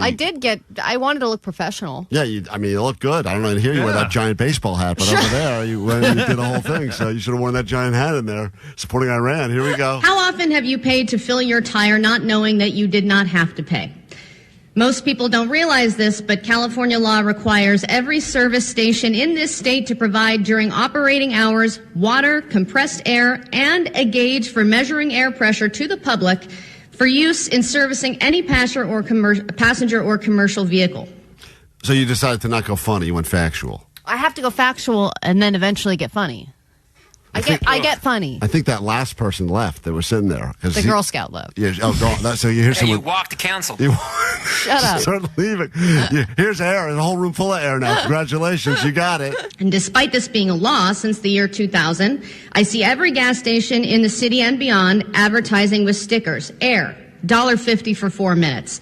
Air, $2.50 for 5 minutes. Not only is 5 minutes a ridiculously long amount of time for air, they asked us to pay through traditional coin slots, and I've seen gas stations that I frequent even add card readers in the last 6 months to their air machines, waiting for people like us to pay 3 minutes unknowingly. have to be up by now, right? No, because you guys keep stopping. This feels It's not like even an been a minute eternity. yet. I have a lot Isn't more there a to guy say. with a buzzer or a gong over there? No, they don't have a buzzer. I want to be a gong There guy. were only 2 people slated to speak, all right? There's time. Oh, man. Allie, I have a lot more to say. Are you guys going to let me I speak? think you're Because do- they let me. I think you're doing great. People like us to pay unknowingly. Oh, that's it. They don't do that in Agora Hill City Council. That's a great idea. Dick. They're just going you out, and there she goes. All right, are you going to take my cause seriously? Because let's just move on then if you're not going This to. is but the fact that you actually took the time out of your night to go to City Hall. That I had the balls to speak in front of the city council. People like us to pay unknowingly, earning them hundreds of extra dollars a year as they laugh their way to the bank. And these crooked owners... Hundreds of dollars a year. I don't think I was laughing their way to the bank for a couple $100 a year. I'll show you. I'll buy a sandwich. You have to commit. All right. So once again, they're not. Are they supposed to react at all or no? No, This is they just- said at the beginning that they hear people's things and then they just say thank you. They said we're not going to comment on anybody's, but she did end up commenting All on right, mine. here we go. I've been disgustingly capitalizing on this for years, betting on the fact that most people will see a sign asking for money and pay for air without knowing their own rights. In their busy lives, they don't realize that not only is the air that we breathe free of charge, but so is the air in their tires, their pool floaties. News in just a moment, then a brand new hour of the show can officially begin. I'm so excited for this game. We've been talking about this for a while, but will you be able to tell the difference between answers that were given to us by producer Vanessa, who we are convinced is a child, and an actual child? It's a 3-year-old against a woman who claims she's in her mid-30s, but frankly, none of... 30s? 34. I'm in my lower 30s. Okay, all right, fine. Klein, she's this many. I'm going to say that that's a child who answered that Okay. question. She's in her lower 30s, guys. She's in her lower 30s, and I don't know. This is going to be tough. For instance, Allie, we asked both your son... Mm-hmm. Who's 3.5? And Vanessa, He's this many. who's that many. We said, what do they want to be for Halloween? And one of them gave us this answer. And this is going to be really hard to figure out because I haven't even heard these yet. I don't know if this is Vanessa or your kid, but one of them said, I want to be a pumpkin because I have pumpkin legs and a pumpkin booty. Now, Well, listen, Vanessa was talking about her booty recently. I know. So, like, I hear that and I think to myself, I could see a child saying that, but I could also Also see see Vanessa. My jeans are tight. My butt is huge. Right. Okay. Well, we'll get to this game coming up, and it could score you all sorts of access to our Endless Summer BBQ. That's coming up next hour. Right now, though, your news. Grab your Adderall. It's time for ADD News. If you've seen that show Untamed on Netflix, you'll know that national parks can hold some dark secrets. And Great that is first scene. I didn't stick with that show, but the first 10 minutes of that show was great. man. Great first 10 minutes. climbing Half Dome and then the body flies over the side. I'm not going to give that away, but sure. What you It's said. literally the first 2 minutes of the show. I know. Got me in right away. Yeah. I got out It pretty got- quickly, but I was into it. The first episode, I actually liked it. Well, if you actually continue watching, there's a lot of seedy things going on within Yosemite National Park. That's what the show is about. But that stuff is not just happening in a show. This happens in real life. And this story comes out of Sequoia National Park, where rangers discovered and removed more than 2,300 marijuana plants and 2,000 pounds of trash and infrastructure from Sequoia National Park, clearly indicating that people were running an entire operation in there. And in these national parks, obviously, they are massive. And people know about certain hotspots, trails, and viewpoints and things like that. But the vast majority of the national park is very secluded. And not only do people camp out there, they are able to operate full marijuana grow operations and run a whole drug game out of a national park without anybody knowing. And in this case, they finally got caught. But it seems like this is happening more than we could ever imagine. And it's funny because, obviously that's not, no one can claim that land. It's national park land, but people do unofficially claim it and say, this is where I'm growing my weed, and then other people try to come and steal the weed and the land from the people that stole it. It's very interesting what goes on there as far as I was here first. It's a lot of like squatters' rights. Like, well, yeah, and then they would be keepers. like, there's a whole development of people squatting, and then they're like, what are you going to do? Kick them out? And then they're just going to be in another part of the park. Right, but the thing that someone found... You can't really get them out of You there. got to find the right amount of secluded land to then go ahead and plant and hope that And it say, grows. I'm confident enough that no one Yeah. will find me, that I'm going to plant 2,300 plants. But... hey, maybe in the near future, these people wouldn't even be arrested for this because Donald Trump is considering changing the law on marijuana. We're looking at reclassification, and we'll make a determination over the next few weeks. Very complicated subject, the subject of marijuana. I've heard great things having to do with medical, and I've had bad things having to do with just about everything else. He's heard about great things with medical. I know, right. He's just heard. It's he funny. doesn't know from personal Because experience. at this point, we've had politicians that had admitted they're very funny, like that whole "I didn't inhale" thing, and I wouldn't. I didn't inhale is the biggest lie. It's the greatest anyone has ever told. I know, but if you think about it, I understand why they want to put up, hey, it's kids, whatever, we want to put up a good front. I wouldn't have a problem voting for someone that tried any drug. I actually would think it would Me be. either. I think I would be more likely to vote for someone that was honest about their drug use, and if they did it and go, yeah, it wasn't for me. Took a bunch of shrooms, ended up, crying or whatever, or laughing, or eating my hand, and now I'm over it. You want that to be in the debate. Yeah, I would love to hear that stuff. Klein, I know that Lay's potato chips is on your enemy list, but they just came out with 3 new great flavors, and I thought you'd be excited about them just ahead of the NFL season kickoff. The first game takes place next Thursday between 2 of the most hated teams in the NFL, the Cowboys and the Eagles. To pair with it, you've got loaded nacho flavor Lay's, sounds delicious. Then you've got kettle cooked cheesy buffalo dip, also sounds delicious. And then you got simply hot sauce flavor. And I think even all 3 of those together would taste great. Yeah. Just in a big bowl, all 3 of them. Yeah, I've been eating some hot honey flavored chips lately. Those are pretty good. But I know you have a bone to pick because you had a flavor that you created that never got chosen. Yeah, the first year they did do us a flavor. I gave them the winning flavor, chicken and waffles. And they picked that as the winner. Someone got $1 million, and they got their story on a bag of chips. What greater honor is there in the world than getting your story on a bag of chips? Did you even, turn it in, though, or did you just have Omar, the idea when you were smoking weed? Omar, I was the first person in the entire national contest to submit. I submitted at 12:01 a.m. the day the contest opened. Did you actually put a stamp on the letter or something? Because knowing you forgot some sort of small detail. It was through a website, and I got an email back that said we received your submission. And then later, when I did some digging after the fact, when they said congratulations, the winner is chicken and waffles, and I thought I had $1 million coming my way, and then they gave it to some woman in Wyoming or whatever that never even had chicken and waffles, but she had a better story because her husband was a firefighter. Yeah, but you know what? I think that your mistake was submitting it first thing, because when they're going to do the first Do Us a Flavor contest, they're going to read the first submission, and it's from you saying chicken and waffles. They're like, well, we're not just going to pick what the you first. should have done was marry a firefighter. I should have married a firefighter. Jake's right. Should have married a firefighter. If I had married a firefighter, I'd have my story on a bag of chips right now. I love that your solution isn't to be a firefighter. It's just to marry one. I'm not brave enough to be a firefighter. That's crazy. I couldn't possibly do that, even in this ridiculous hypothetical. I got to marry one and play gay for a year just to get my story on chips. You couldn't marry a female firefighter? Wait, Also what? not in the hypothetical? Get out of here. Come on. You have to marry a male firefighter is the only scenario I that think works. that's all there is. I got nothing else. All right, speaking of live sports, an announcement was made about the upcoming Olympic Games in LA that are coming in 2028. And of course, as expected, Snoop Dogg will be involved, heavily involved. He's been appointed the official LA community chairman for the upcoming, this is for the World Cup, but he also will be involved in the Olympics. So he's going to be the lead ambassador for the host committee, community engagement, legacy programs, all a lot of great buzzwords for Snoop. And then, of course, he will be kicking it at major events throughout the process. So he's going to be all over the World Cup. He's going to be all over the Olympics, which makes sense that both of those are in LA. But it seems that Snoop is involved in most major sporting events these days because he's the ultimate hype man.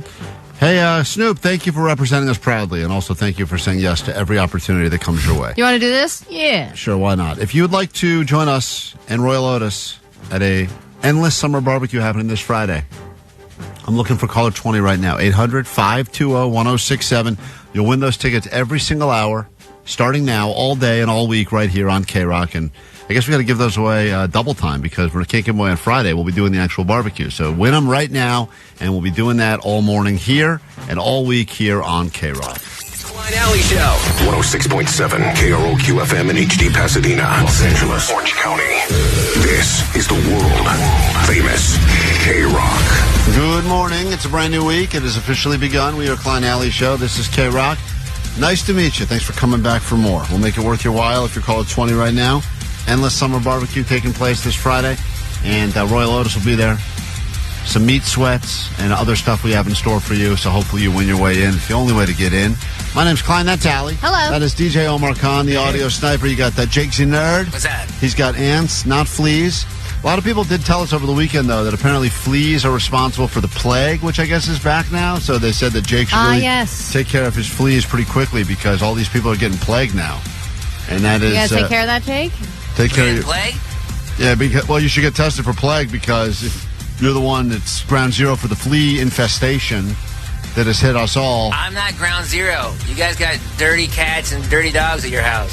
In the back room taking the calls, you got producer Vanessa and postmaster Johnny. This hour we will figure out who answered these questions. Was it Vanessa? I mean, technically both of them answered the questions, but good luck figuring out who said what between Alli's 3-year-old and Vanessa, because some of these answers are just crazy. One of them, we asked a question, and their answer was just laughing and burping. So I don't know if that is something that a 3-year-old did, or that's Vanessa, who we are convinced is also a child, and we will try to prove that point coming up later this hour. A chance for you to win your way in on Friday. Let me say hi to someone that won their way in the old-fashioned way by being caller 20 from Corona. This is Diana. Good morning.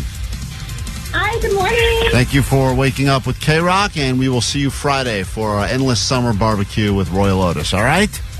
Thank you. Thank you. Can't wait to hang out. No lamos. Choose your plus ones carefully. That's what we like to say around these parts. All right, lots and lots to get into this hour. We'll get to the game coming up in a few and much more. Alli, I took in some live theater over the weekend. You did? And I think that it's better than any of those dumb shows you've seen. I'll tell you about it next on KROQ.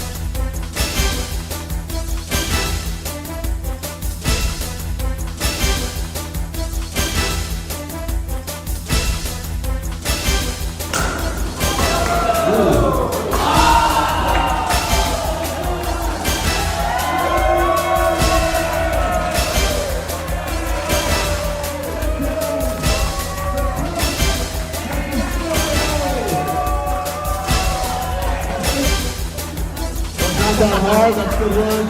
Did Alli inspire you in any way? Yes, 100% children.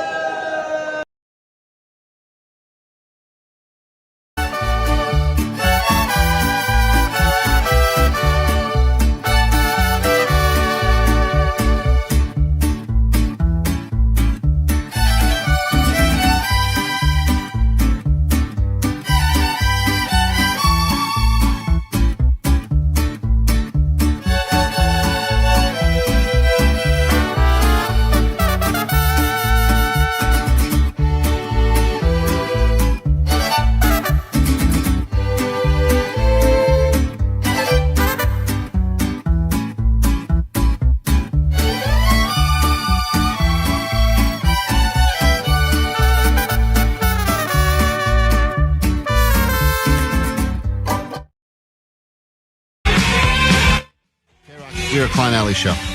Not a classy bunch, but Alli thinks that she's better than the rest of us because she enjoys something called live theater. That's not true. I don't think I'm better than you. Well, you do always say, like, when we say we went out and did stuff, you know, you're a big, like, I read person, even though you listen to the books. But, like, you know, readers think they're better than watchers of TV, and people that go to live theater or, you know, appreciate the arts, they have kind of a highfalutin attitude about themselves. You do. But I saw live theater over the weekend, and I want to take back everything that I've ever said about it because I actually think that you may be onto something. Did you see Some Like It Hot at the Pantages? Nope, not going back that place. Oh. Because they sell you the snacks, and then you try to bring them to your seat, and they go, oh, no, you cannot eat in this theater. It's 1,000 years old. And I go, what? I just bought all these drinks and snacks. And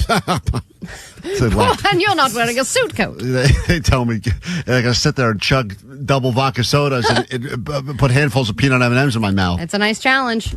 I saw a show called Waterworld Stunt Spectacular at Universal Studios. That's not a theater show. Sure is. Were there any actors? Was anyone performing? Yeah. Yeah. Oh, yeah. They get out, they light on fire, and they fall. This is the second time I've seen the show, and I'm telling you, it's better than any Broadway show you've ever seen. I promise you that. But isn't there a big-ass airplane that flies over a building and crashes into the water? Hell yeah, there is. Really? Hell yeah, Omar. But that's theater. not. But that's not theater, though. Of course it is. But that's not a. I'm saying you're onto something. This whole live theater crap you've been yapping that's not about. What I'm talking about. Well, Were there any lines? Were there scenes? Yeah, there's lines. People say things like, "Hey, I'll shoot you. Don't shoot me, bro." And then he shoots the guy, and he falls over. He falls 24 into the water, and it's the greatest. Okay. That's theater, right? I wouldn't think that that's really a script, right? Yeah, they have scripts. People, I don't know what. Listen, all I know is whenever you're yapping about, the Tonys, or I went to musical theater college and we all make fun of you, I take it all back. Because I saw this, I'm telling you right now, I think I could be one of those lesbian or thespians.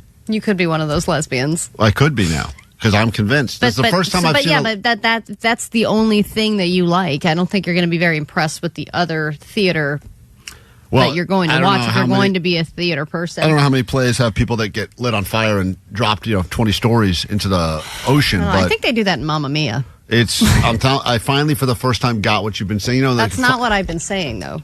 But that is. It's not just lighting people on fire and having a plane go into a building. Oh, it's so cool. Omar, have you seen that thing? The Waterworld thing? It's been going on for years there. When I was a kid, I saw it. I remember it being great. It's the greatest show ever. But have you seen Death of a Salesman? No. Where it's about a salesman? I'm going to tell you right now. Who's dying? I'm going to get shot and fell into water. Is that how you guys? I want you. No. If that's how the salesman He just dies. has a complicated family. Oh, well, that's boring. You fall into the ocean. Yeah. You got to go. I promise you. I want you to go. And I want you to, good luck trying to convince me there's any better play in the history of plays than a Waterworld Stunt Spectacular. I mean, I'm sure if I see it, it'll be No Glass Menagerie. I don't even know what you're saying. Is that made up? It's another play about a woman who has a disability. How is this thing not won all the Tonys? Because it's not eligible for Tonys. It should be. Because it's not on a stage, is it? They're yelling. Tony a musical? They're yelling at people in the crowd at Universal. They're spraying people with water. It's the greatest show ever. Yeah, but is there any music in it? They play some stuff when you're sitting down. Yeah, but they're not singing, right? One time, no, there's no singing, which is even better. Even better. First time I never looked at a program to be like, when's this thing at intermission? No, they didn't even probably have a program. They didn't. How long was the show? 20 minutes. Okay. Perfectly. I'm telling you. It's there's perfect. no intermission, there's no beginning, middle, and end because it's just a 20-minute stunt show. And they have figured out exactly the secret to live theater. They've figured out the secret for you, a person with ADD who can't sit in anything for longer than 20 minutes. Would this fall under the same category as like the medieval times and Pirates Dinner Adventure kind of shows? You know what, Omar? I think about my other favorite shows. That's also not theater. Those are great. Those are right up on my list. Hell yeah. When they release that big old giant eagle and it's or hawk or whatever. Flies through the crowd, almost lands on a guy's head in the crowd. You know what? That is cool. Yeah, see? They're not doing that on Broadway. No, I'm just...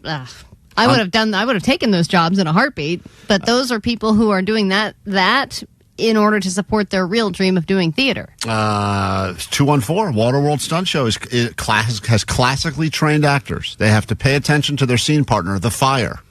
323 Waterworld is an actual play. They even list the actors performing that day at the entrance.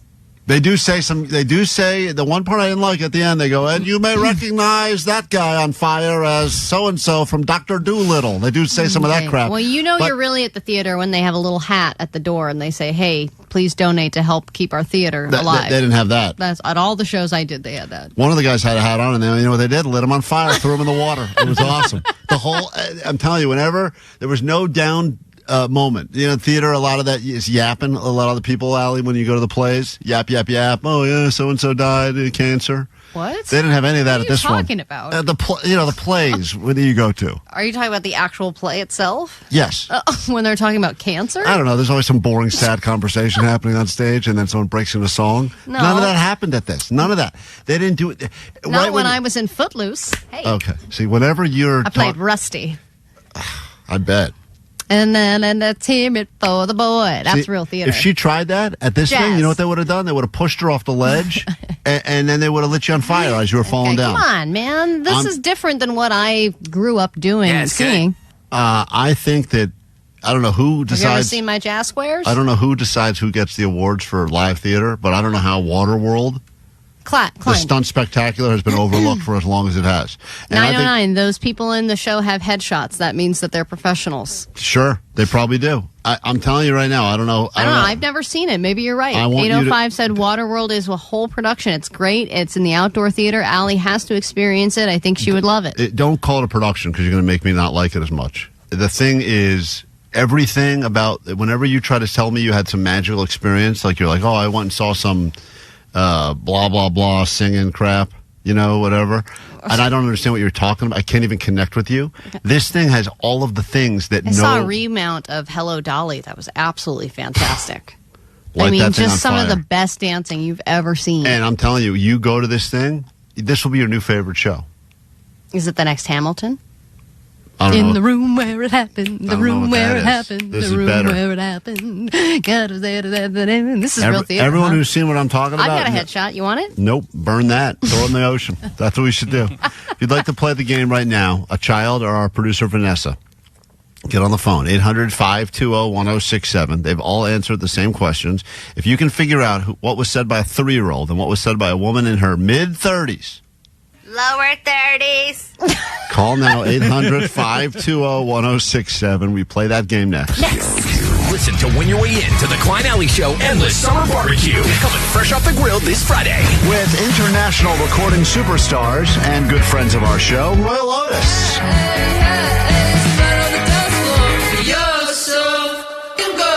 It'll all be happening in the helpful Honda Sound Space, and we want you in. Score tickets every hour from 9 to 6.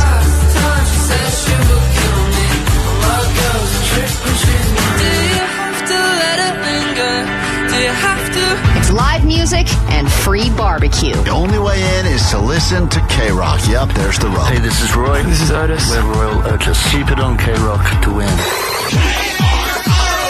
KROQ.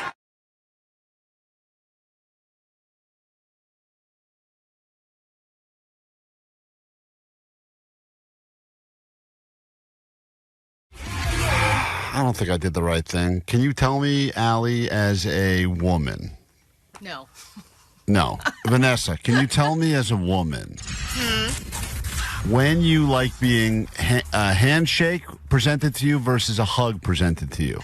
Personally, I hate hugs. Like, I do them, but I hate them, so handshake is fine. That makes me so happy that you But hate it all hugs. depends on who it is, right? Okay. Yeah, if it's a family member, if I must.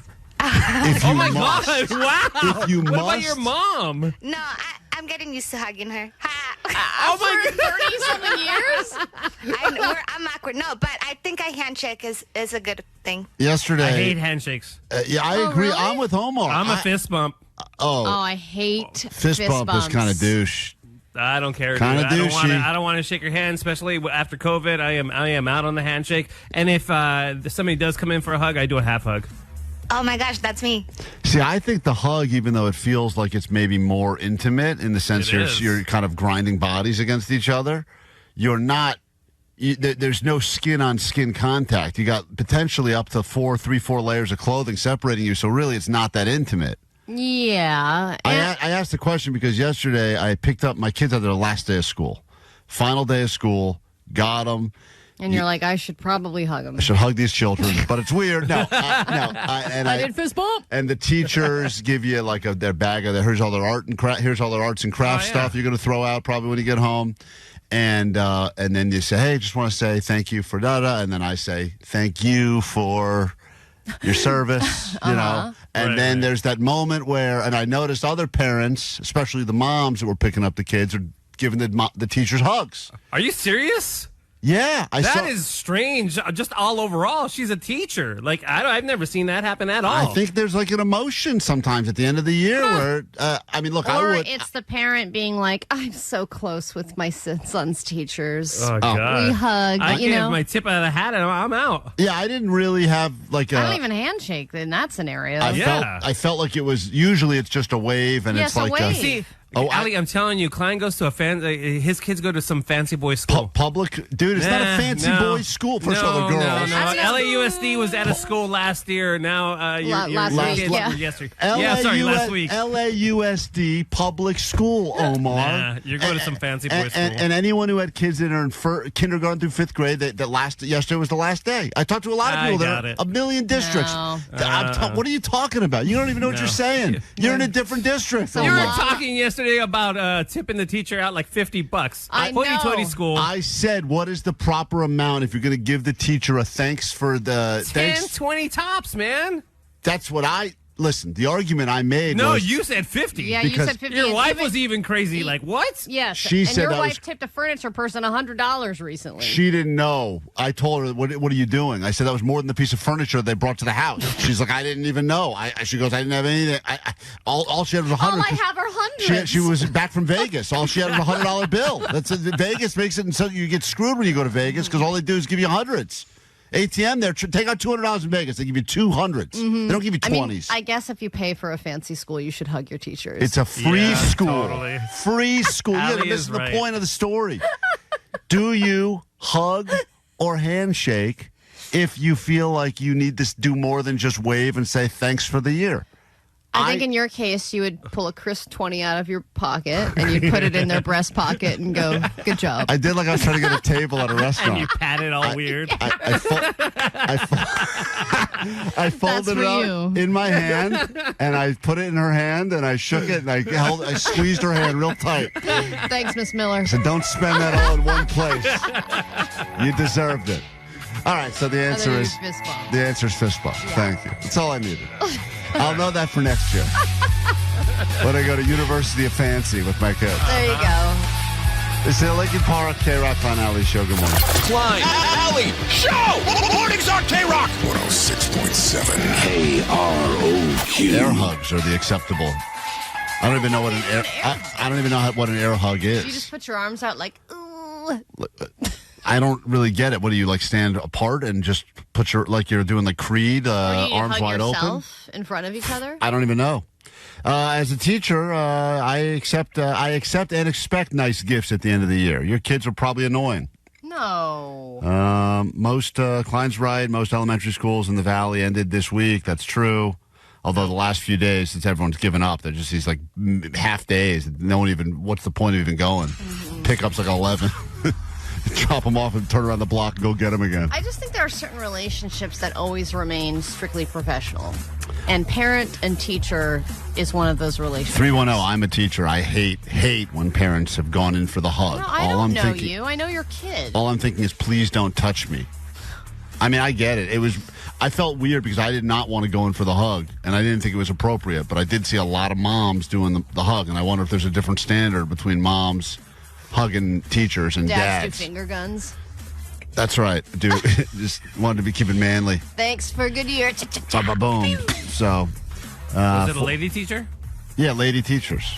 And I think you do a honk.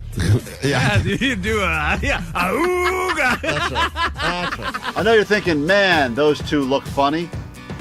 And we agree, and so do our parents. So we need to get some plastic surgery, and the only way we can afford that is if you listen to our full radio show every day live on KROQ or download the podcast. Yeah, which is all free, so I don't really know how we're making money on that, because we get paid terribly. Yeah, it's a really bad situation, which is why she's got on no makeup, and I'm wearing a shirt that I found in Lost and Found. I am wearing makeup.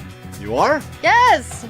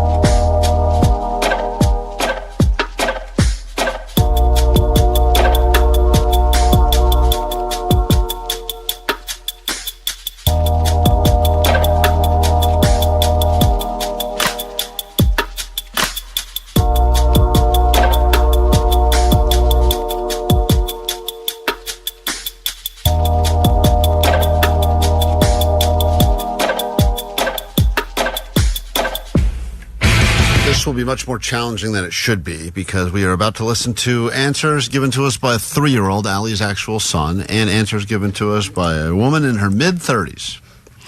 Her name is lower 30s. Her name is Vanessa. She's in her lower 30s. And even though we have accused Vanessa of being a child for a variety of reasons, not just the fact that she has a hard time getting up on the stools, but because she does childlike things. Earlier today, Alli caught her in the middle of the show once again.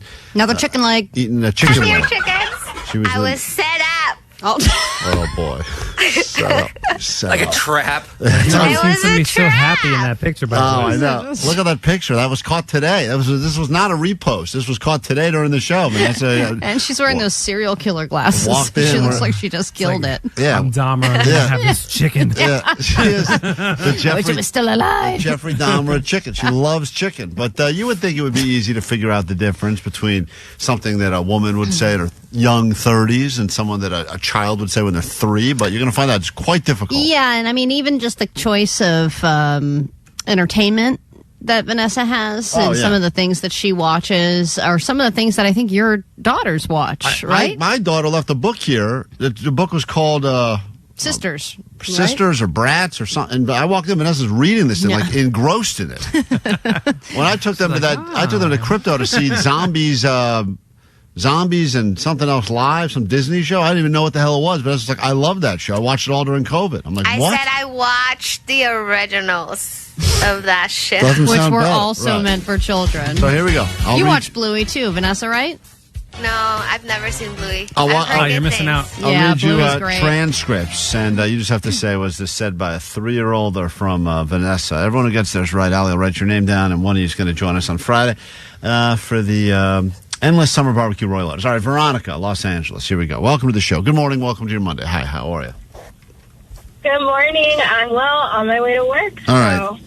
So we asked both Vanessa and the child what is their favorite treat or favorite candy. And one of them said, my favorite candy is a treat and also a cookie. Okay? Can you get those for me now? And the other person said, okay, my favorite candy is peanut M&Ms, but also Sour Patch Kids. So which was said by a child and which was said by Vanessa, who's also potentially a child? Okay, I would think the first one is said by a child and the second by Vanessa. I don't think she'd be as demanding. I hope not. Not at work. Let's find out. I don't know. She's on a sugar craze. Yeah, she's when she's not eating chicken, she needs that sugar. Let's find out. Okay. My favorite candy is peanut M&Ms. Also Sour Patch Kids. That's good. You got that right. Well done. Good start. Just to prove that is actually what happened, this is what the 3-year-old said. My favorite candy is a treat and a cookie. I like a red treat and a black treat and a cookie. Okay, can you get those for me? Yes? Now? All right, there you go. Damn, good job. Kids, slow your roll. Yeah, kids, very demanding. Hold If on. I don't answer in 0.1 second, it's yes. Will you? Now? Are we? That'll always backfire when you bring up treats but don't actually have a treat. You're just having a conversation I know. He's about like, the what treat. the hell are we doing, lady? That does not go well. All right, moving on. We said to, hold on one second. Let me say hi to, this is Daniel in Los Angeles. Good morning, Daniel. Hey, good morning, Sweet Divots. All right, Sweet Divots. Here we go. Listen closely now. The next question we asked is, what is your favorite book to read? And one of them said, I do not read, but I should. And the other one said, they laughed, and then they burped, and then they said stinky. So well, I hope the first one is Vanessa. I mean, think about this before you lock in an answer, because this is not necessarily as obvious as you would And think. Vanessa is eating a lot of chicken. And one of them did say, I do not read, but I should. And the other one said, burp, laugh, stinky. I'm going to stick with it. I mean, first one is Vanessa. Okay, you think the first one is Vanessa. She said, I do not read, but I should. Let's find out if you're right. What books do you read before bed? I do not read, but I should. Hey! That's Vanessa. And this is the same question asked to the 3-year-old.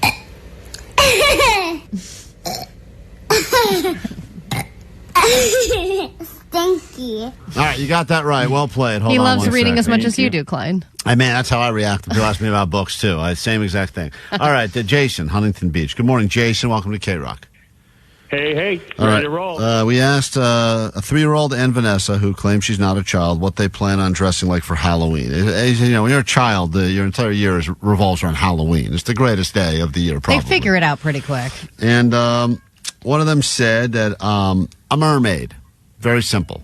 I want to be a mermaid. And I could see this happening in Alli's, obviously, son's being raised in a house with 2 women. He takes ballet classes. I could easily see that being the answer. It's ballet and tap. The other person said, I will be a pumpkin because I have a pumpkin legs and a pumpkin booty, and I will pop my face out. So you can decide who said what. One of them was said by a child, a 3-year-old. One of them was said by a 33-year-old. What do you think? Holy good night. This is a tough one. It is tough. With Vanessa talking about her booty lately, God, I want to go with that. But like George Costanza would say, choose the opposite. Mm-hmm. So I think that I'm going to go with Vanessa wants to be the mermaid, and Alli's son wants to be the pumpkin. This shouldn't be so difficult. Shouldn't be hard. I mean, really, this should not be hard. We should not have to He's go... like, he's flipping and going against his gut on this. This is a 3-year-old against a woman who's in her young 30s. But okay, here we go. He's locked in. Let's find out. What am I going to be for Halloween? I was thinking a mermaid. Good job. You went against your gut and you got it right. What are you going to be for Halloween? I will be a helicopter. I will be a pumpkin. Ah, pumpkin. Yeah, because I have pumpkin legs. Then I have a pumpkin booty. Then I will pop my face out. Okay, well, that's a good answer, too. Now, Vanessa, after hearing his idea for costume, is that something you would maybe consider now, the pumpkin? Oh, she's decided not to join in on the game. Vanessa. Is she out of the game now? Are you upset? Oh, there's someone in there. I honestly missed what you just said to me. All right, would you be open to being a pumpkin for Halloween, Vanessa? A pumpkin? Yes, they're round and orange. That sounds like an easy costume. I'll do it. Now I'm confused. Pumpkin! Okay. Oh, Jesus Christ. I think that's still Ellie's child. Pumpkin? Everyone has gotten theirs right so far. We go to this final question now. This is all we have time for. We'll have to bring this game back because clearly it's very difficult. It's challenging, but everyone's doing well. Everyone's getting They're predicting there. correctly, but they're barely getting there. Let's say hi to Kaylee. Good morning, Kaylee. You're on KROQ. How goes it? Hi, it's going good. All right, we asked both 3-year-old and Vanessa. Man. What is the hardest thing that they've ever done? And one of them said, the hardest thing I ever seen, I can do everything I can do, but nothing I can do, something I can do. And one of them said, what is the hardest thing I've ever done? Sat there, didn't answer, and said, I don't know. Oh. So, who said which one? It can really go both ways here. Right. Okay. I'm really just going to guess because I have zero idea. I think the first one was Alli's son. Okay. This is not fair. Okay. Yeah, and the second one is Vanessa. With confidence, let's find out. The hardest things I ever seen is I can do everything I can do, but nothing I can do, something I can do. That's Vanessa, so you got that wrong. I'm so sorry. Vanessa does say some things, Yes. and you're like, what? What was that? And then she's like, you guys know what I mean. Right, and we're like, no, we don't know anything you just said. This is Vanessa's answer to the same question. Hardest thing she ever done. Yep. It's the hardest thing you've ever done. Hardest thing I've ever done. I don't know. That's it. I trailed give out. an answer. Eventually, after about 3 minutes, you get to swam a mile. Thing. quick. Yeah, but it took a while to get there. So, all right, listen. My kid was pretty immediate in his response. He did give us an answer right away. Everyone predicted correctly in the game, Vanessa versus a child. Great job, everybody. Who's going to go join us, Sally, on Friday for some barbecue and Royel Otis? Congratulations to Jason. Jason, Huntington Beach, you went against your gut, and we'll see you on Friday, all right? Yes. Hold on one Thank you second. so much. Thank you for starting your day with us here at KROQ. Klein Alley Show rolling on. More show. We got the summer hours continuing here on KROQ. Her couch covered in poop. I'm lighting that thing on fire. My couch probably has poop on it right now. Oh God, Allie, you're gross. I'm telling you, I have a 3-year-old. Wait, what kind of excuse is that? I have a 3-year-old. He's pooping everywhere. No, he's not pooping anywhere, but he's naked a lot. yeah, but Allie, but that's even more of a reason why you should be in a clean environment. I would think. A little poop never hurt anybody.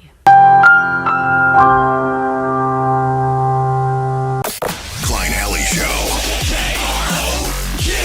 I cannot find Allie's intro for ADD News. Hold on one second.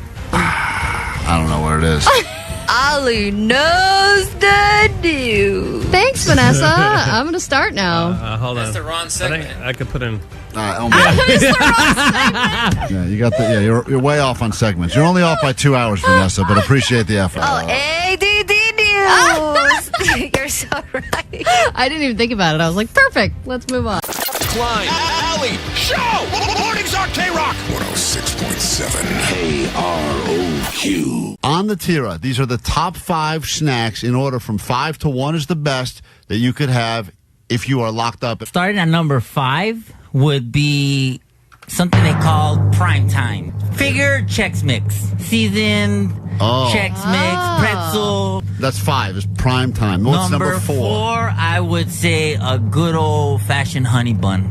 Oh, wow, honey that's bun number only at 4. 4. I thought that was going to go much higher. So also, I would say Cadillac is a good, coffee. I don't know if that would be considered, but Cadillac, which is creamer, coffee, sugar. Oh, okay. Yeah, that's Throw a Snicker in there. The top 2 now. This is according to On the Tiras. Number Here we 2 go. is pint of ice creams.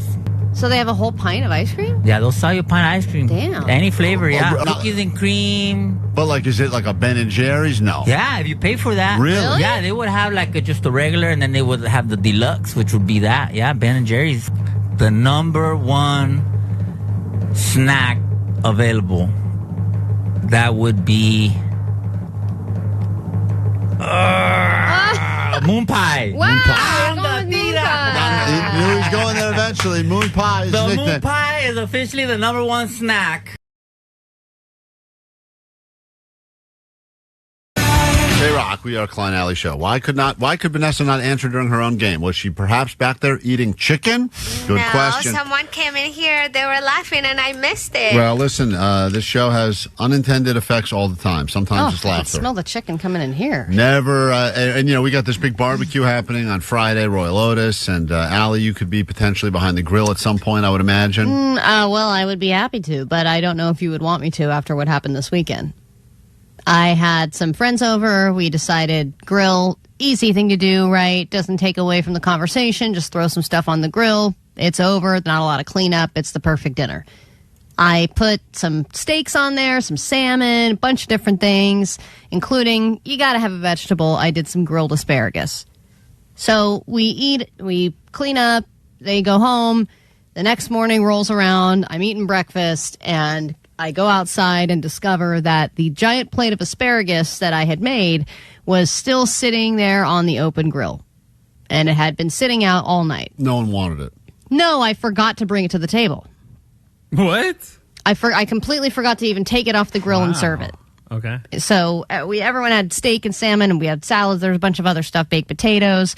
So it wasn't really like it was missed. Asparagus. It's there, but it's not really missed. You feel obligated. A lot of veggies are a lot of those. We feel like we have to do it. What kind of veggie can you put on these? Like portobellos or asparagus or something, So I go, oh, crap, I've left this out all night, but it is an entire pack of asparagus. Oh, Allie. But during this heat wave, I don't know about how it is at your house, but my backyard's flies galore. There's flies everywhere. Flies right now. everywhere. I open my door for half a second, 6 flies get in the house. Yeah. I think at this point there's less flies outside than there are inside. I agree. They're all inside.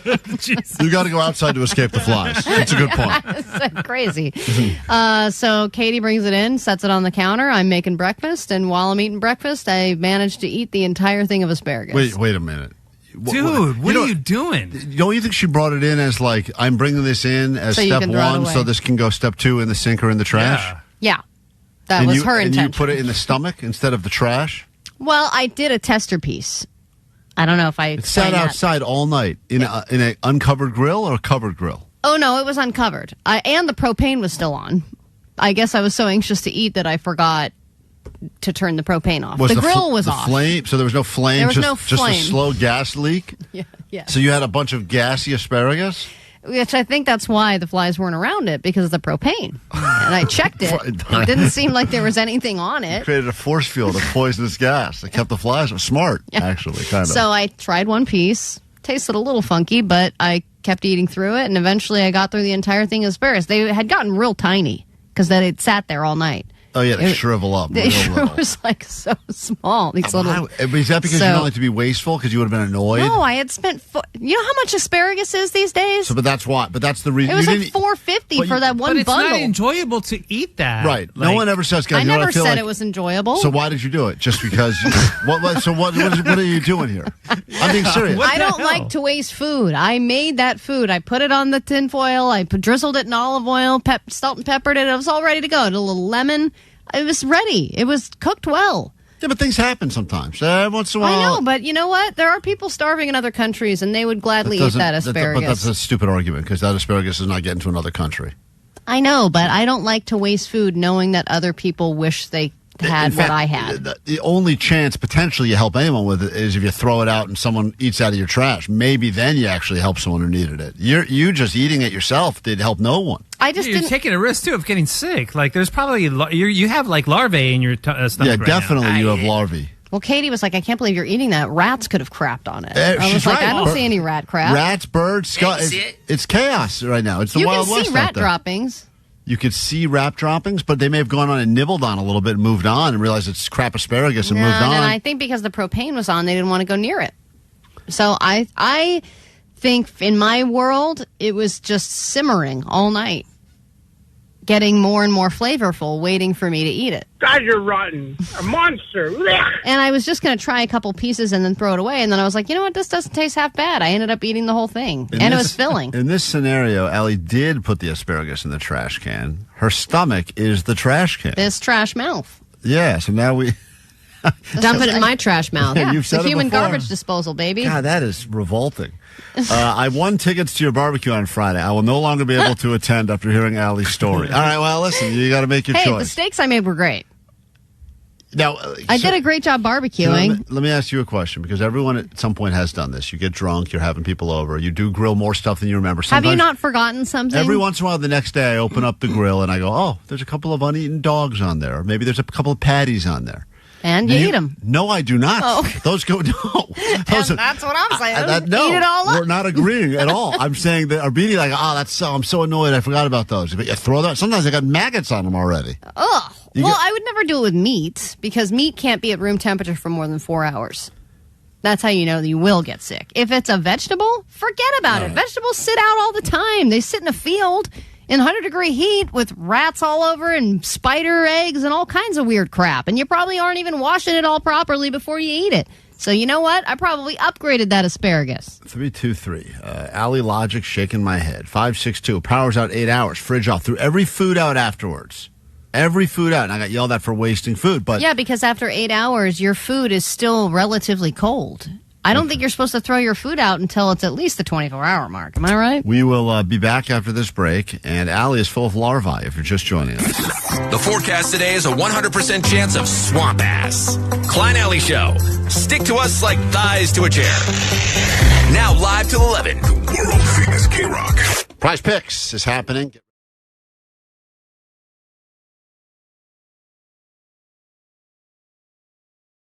Klein Alley Show. We'll get to Johnny Doesn't Know in just a moment. Johnny's in the studio right now. I was asking Johnny if he's feeling smart today or not, and he couldn't even answer that question. So Choose carefully when you have to predict whether or not he'll be right or wrong. You know, yesterday, Nicole Alvarez is gone because she doesn't take vacations very often, but when she does... Oh, she takes them. She takes them hard.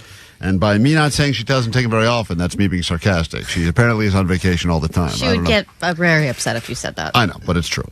So anyway, Johnny was filling in for her yesterday, and when you were trying to do your first break of the morning, we were still in the studio because we were trying to record the Shover Time bonus podcast. Because we were like, oh, great, Nicole's not coming in. We can use the studio. And Johnny, you were not happy that we were, on the studio because you wanted to get on the air, and then you decided that you were going to move us aside and do your first break of the morning.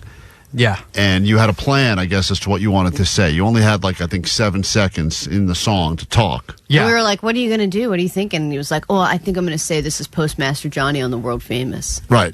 That's what you told. Like, that was your plan, right? Yeah. Good stuff. Yeah. What was the first break supposed to sound like? 'Cause I'm going to play in a second what ended up happening. First break was supposed to literally just be like, KROQ's Postmaster Johnny in for the lovely Nicole Alvarez on the world famous KROQ. Right, and then, you had it timed out all in your head, ready to go. Yeah, said it a million times. Right, yeah. okay. Then what ended up happening is at the last second, Johnny didn't even see this happen, but Omar swapped out the song that was going to play into Beyonce. Omar can control the system. Into a Beyonce song. And I decided to just continue to punch Johnny in the gut. You were tickling me all over. So so that's how I groom boys. So here's how it happened. Here's how it happened on KROQ. It's going to sound like quite a train wreck. And this was Johnny's first break of the morning. Ready? We're all going to be on. 106.7, it's the world famous KROQ. I brought some friends with me too. Hey, who put this on? Why is it Beyonce? Wait, hold on, wait. Wait. No, wait, that's wrong. This is correct. It's Postmaster Johnny on the world famous. I brought some friends. You guys gotta stop. The world famous KROQ.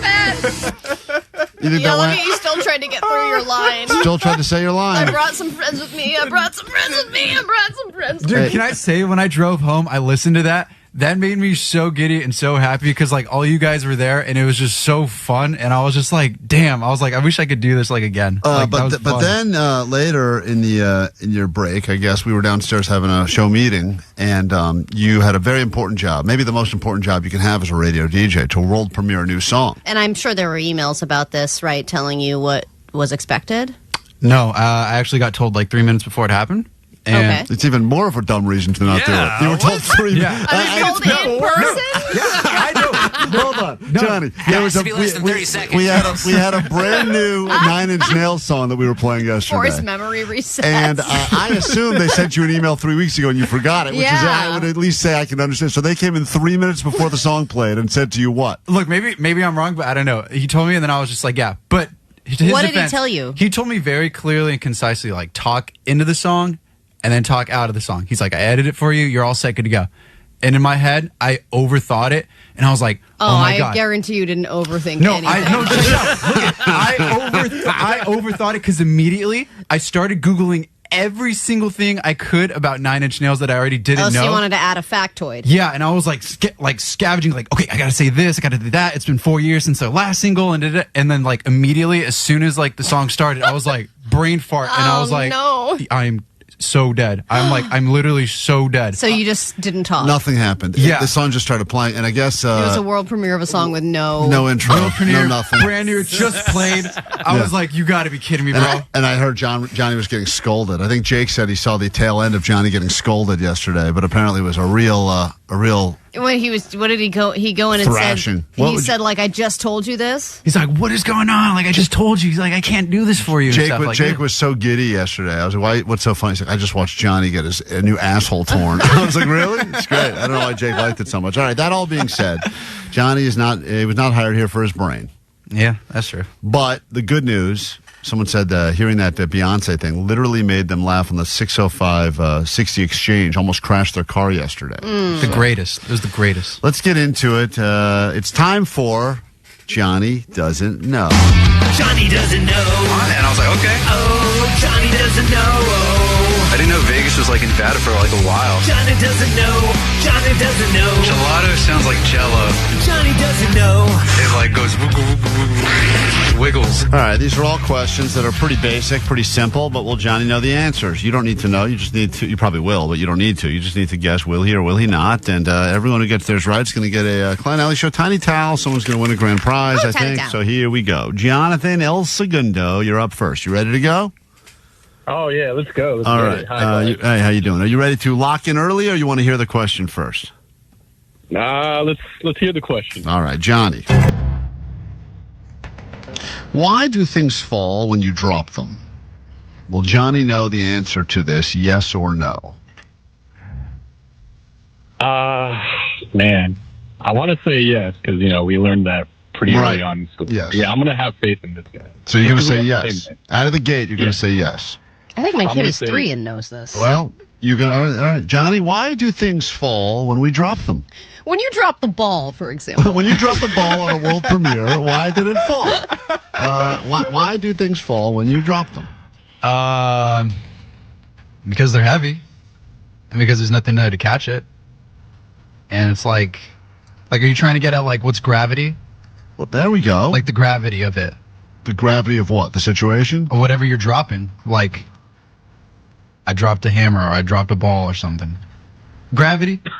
Are you looking for gravity? That's what we were looking for. Okay. We're looking for anything to grasp at this point. I'm looking for some gravity. Johnny, I don't know how you got there. I didn't think you were going to get there, but it didn't start strong, but you ended up there. Jonathan, congratulations. You are correct. Johnny did know gravity. I didn't know if he would know the term for gravity. All right, moving on, Johnny. The questions get a little bit harder. Not too much harder, though. But Johnny's 1 for 1 today. But that's one of those ones where even though he got it right, he kind of feels like he got it wrong. He kind of had to talk it out. Craig on KROQ. Welcome to Johnny Doesn't Know on a Friday morning. You ready for this? Sweet dibbits. Sweet dibbits. Will Johnny know what type of tree prunes come from? Will Johnny know what type of tree prunes come from? Yes or no, Craig? No. All right, with confidence. Johnny, why don't you tell us what type of tree prunes come from? I'm not even going to lie. I thought prunes came from the ground. I didn't even know there was a prune tree or anything like that. This guy says you will not know. You thought prunes came from the ground. Now you're learning they come from a tree, and you're going to go ahead and guess they come from a prune tree?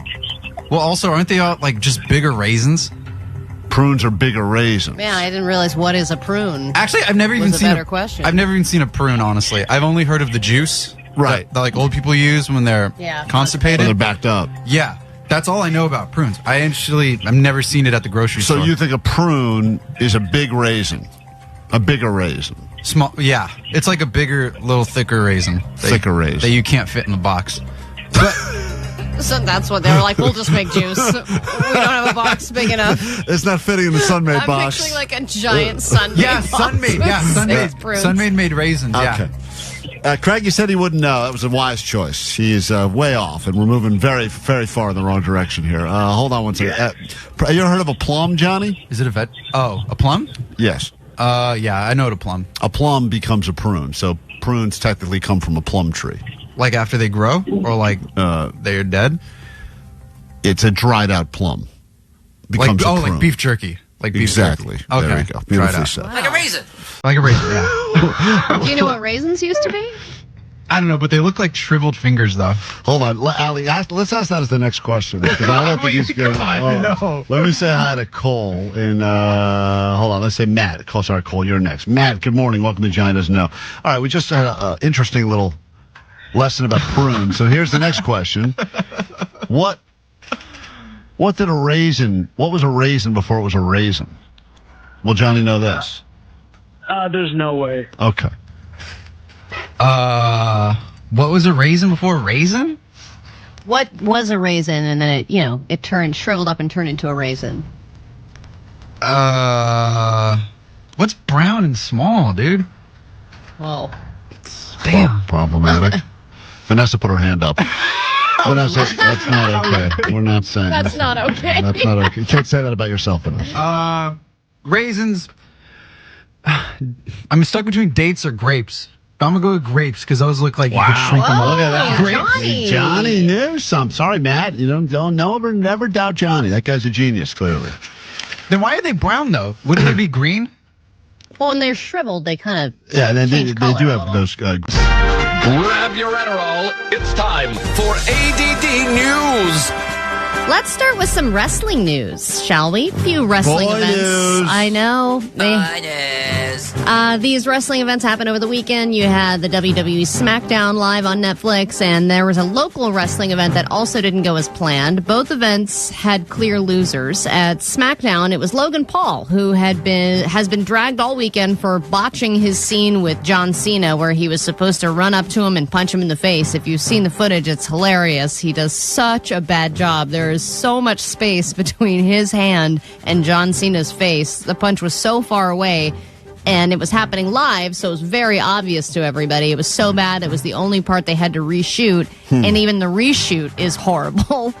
And so people are kind of questioning whether he should be doing, wrestling. Obviously, he's been a successful boxer. Meanwhile, at an event here in LA that was live streamed, Raha Jackson, who's the son of Quentin Rampage Jackson, I don't know much about UFC, but he apparently entered the ring and started beating a guy named Psycho Stu to a bloody pulp. This was also not part of the script. For the four of you who still think that wrestling is not scripted, I hate to break it to you, but it is. At one time, this guy was on top of Psycho Stu, beating him in the face and the side of the head while he was motionless and unconscious. And now his father, Rampage, has said, I don't condone any of this. I can't believe what he did. Everybody in the wrestling community has said that this guy is completely unhinged. I don't even think he was supposed to be in a fight. He just ran from the audience and started beating this guy up. Nothing funnier than the concept of one wrestler that doesn't understand that there is a script. Like, whoa, guys. And they're really trying hard to fight for their own life. And everyone else is like, go to page 3, man. Yeah, I Page 3. You pretend to hit me, and then I get pinned for 2, and then I kick out.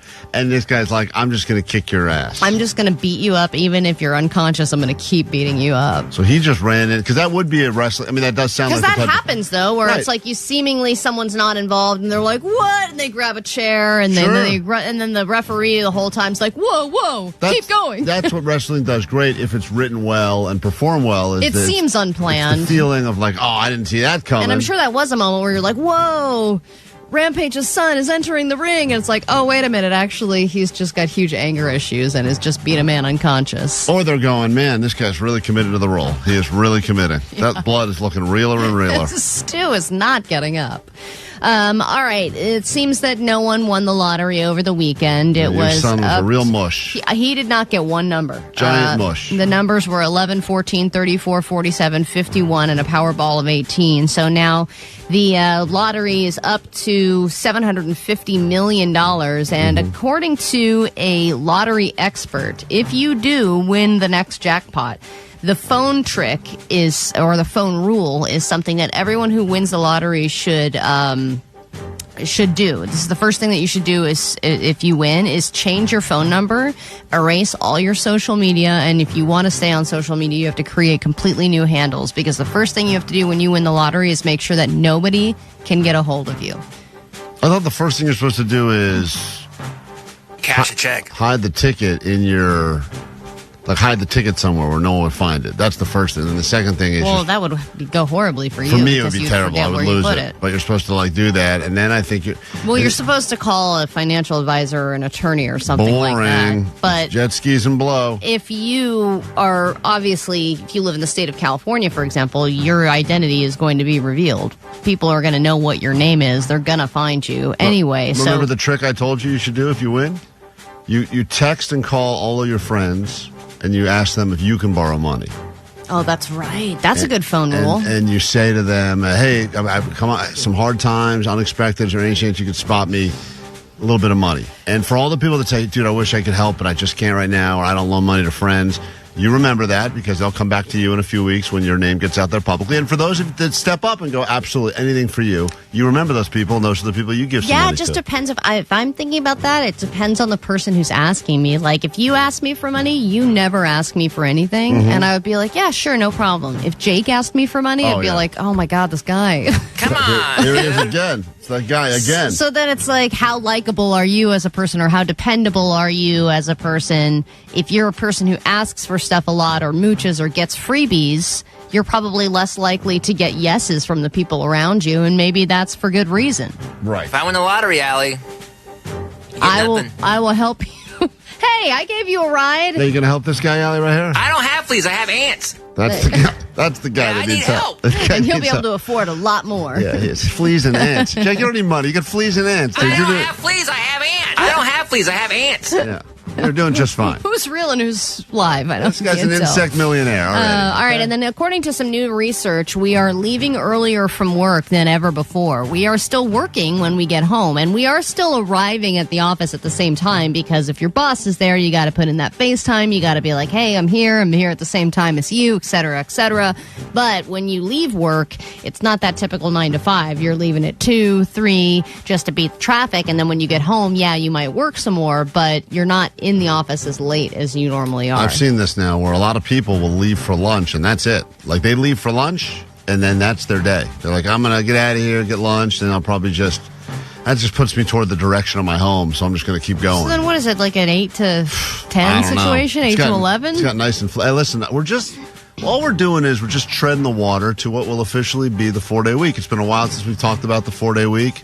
I think that we've accepted as society. You know me, Al. I know, you've already adopted it. You know me. I've been doing a pilot program. It's been a slow play. All right, and eventually it's working. It's going to hit everyone, and they're going to go, "Yep, they were onto something." But then you can't go back to the 5-day. No, God no. 5-day weeks feel like a struggle. The 4-day week is where it's at, man. I'm telling you right now. You know how it is. We got like Labor Days coming up soon enough, and people will just be in a better mood leading up to it.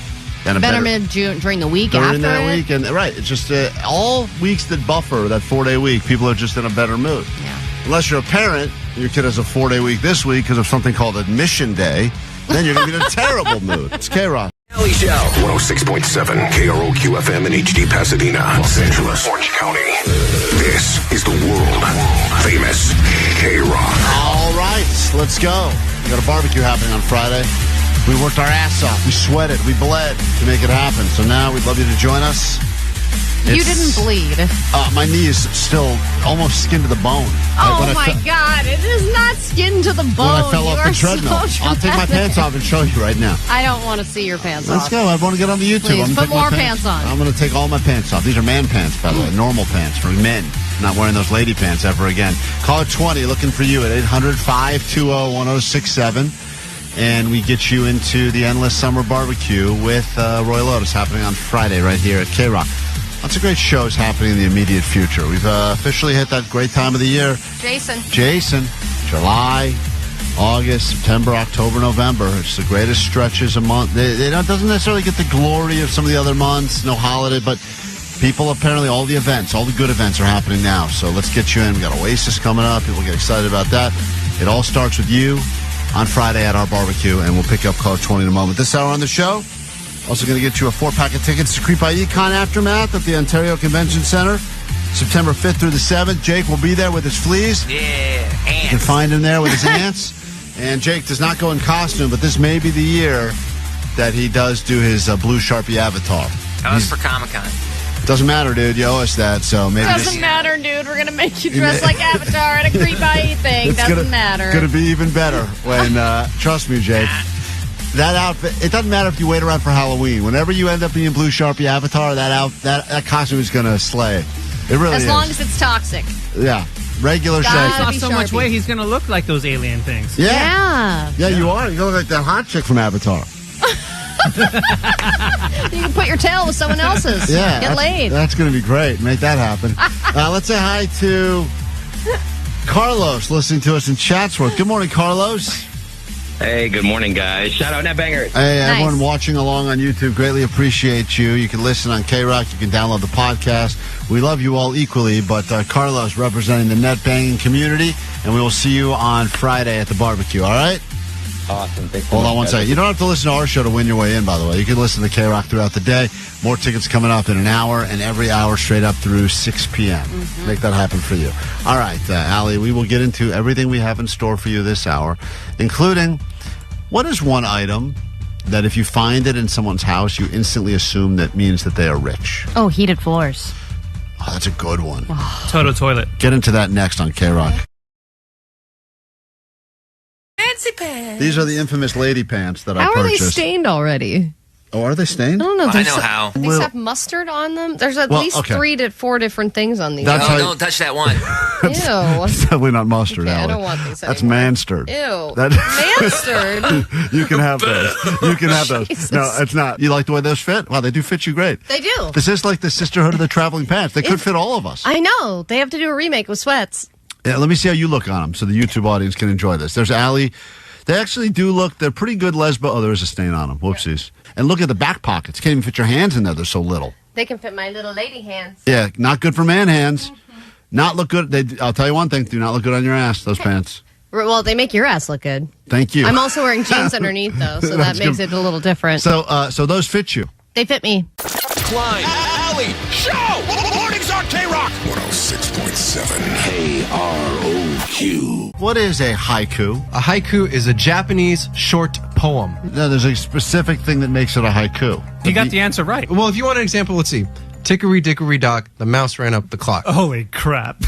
Oh, Omar, you still want to say he got the answer right? Oh, man. Can we just stop for a second and Is say... this your example? He said... You think that that's a haiku? You think that's Japanese? First of all, can we... First of all, he started with tickery dickory. He didn't even get the first word of that one right. Tickery. Tickery, like the clock tick, tick, tick. Tickery dickory dock. Give me another example of a haiku. Eeny, meeny, miny, mo. Oh, no. Nice. But wait, what's a haiku? 575. Oh, angel numbers, like 444? No. 11, 9/11? 9/11.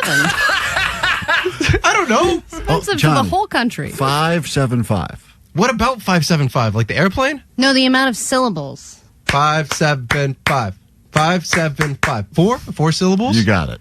Why did you go? What is going on? What is this question? Klein Alli Show.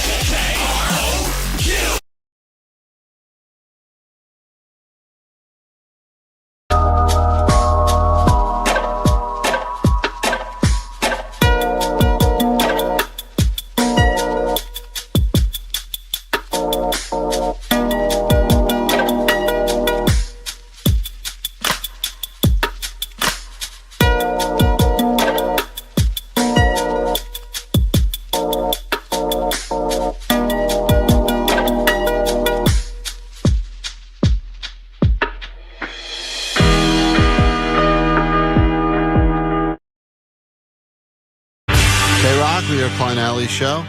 I don't think there's anything worse than when you get invited to someone's house and their house is significantly better than your house. And then your wife looks at you and goes, why don't we have this house? This is a nice house. That's so sad. And then sometimes you go look around the house, and even if the house is not much better, it could be an apartment, whatever, but they got things inside of it. You go, wait a minute, that is either a subtle flex or that is an indication that they are significantly wealthy. Like if they have a whole ass tree in their house. A whole tree in the house? Like some people, they have plants, but then there are other people that have they look like it's a whole ass, it's like floor to ceiling plant. It's like an aggressively large plant.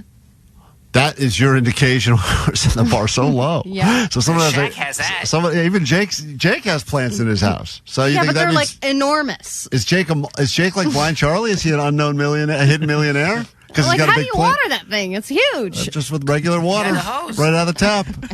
It's crazy, I'm Alli. millionaires. They got a lot of water for these big plants. Is that really where you've drawn the line at a plant, a I big got plant? plants and ants, baby. Yeah, Jake's got a whole outdoor thing Oh, going. all right. Jake's living it up. Baller. I used to think if someone had one of those, like wine decanters, one of those things that was sitting out. Oh, those weird bottles? Yeah, like it's an They're empty. It's got nothing in it. It's just empty. Yeah, But then you can't just. I always thought if you drink wine, you open it, you pour it in the glass, and you drink it.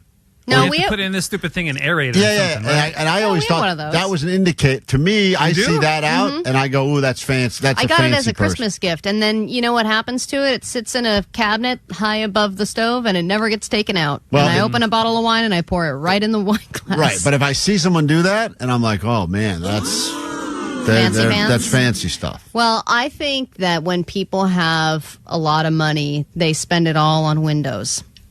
Windows, as far as the eye can see. Floor to ceiling windows. The more windows you have, the more money you have. Why do you think The that doors is? are also windows. Why, you're saying because they want to show it off? And they got a view. Somehow they got a view. They want everything to open. Yeah, they have a killer backyard. Yeah, I've got a pool, killer backyard, patio, so it's the not even a entire wall. setup. It's a window. Everything's window. Some of that stuff is expensive. Windows are expensive.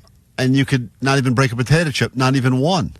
That's right. But, Alli... And in my house, would be covered. Right, but the reality is that there's sometimes little things that aren't even expensive. The things themselves aren't, but you assume it means a lot about the person. Like you go, I know there are people I know, and they will have a third car. Like there's two adults, and they have a third car.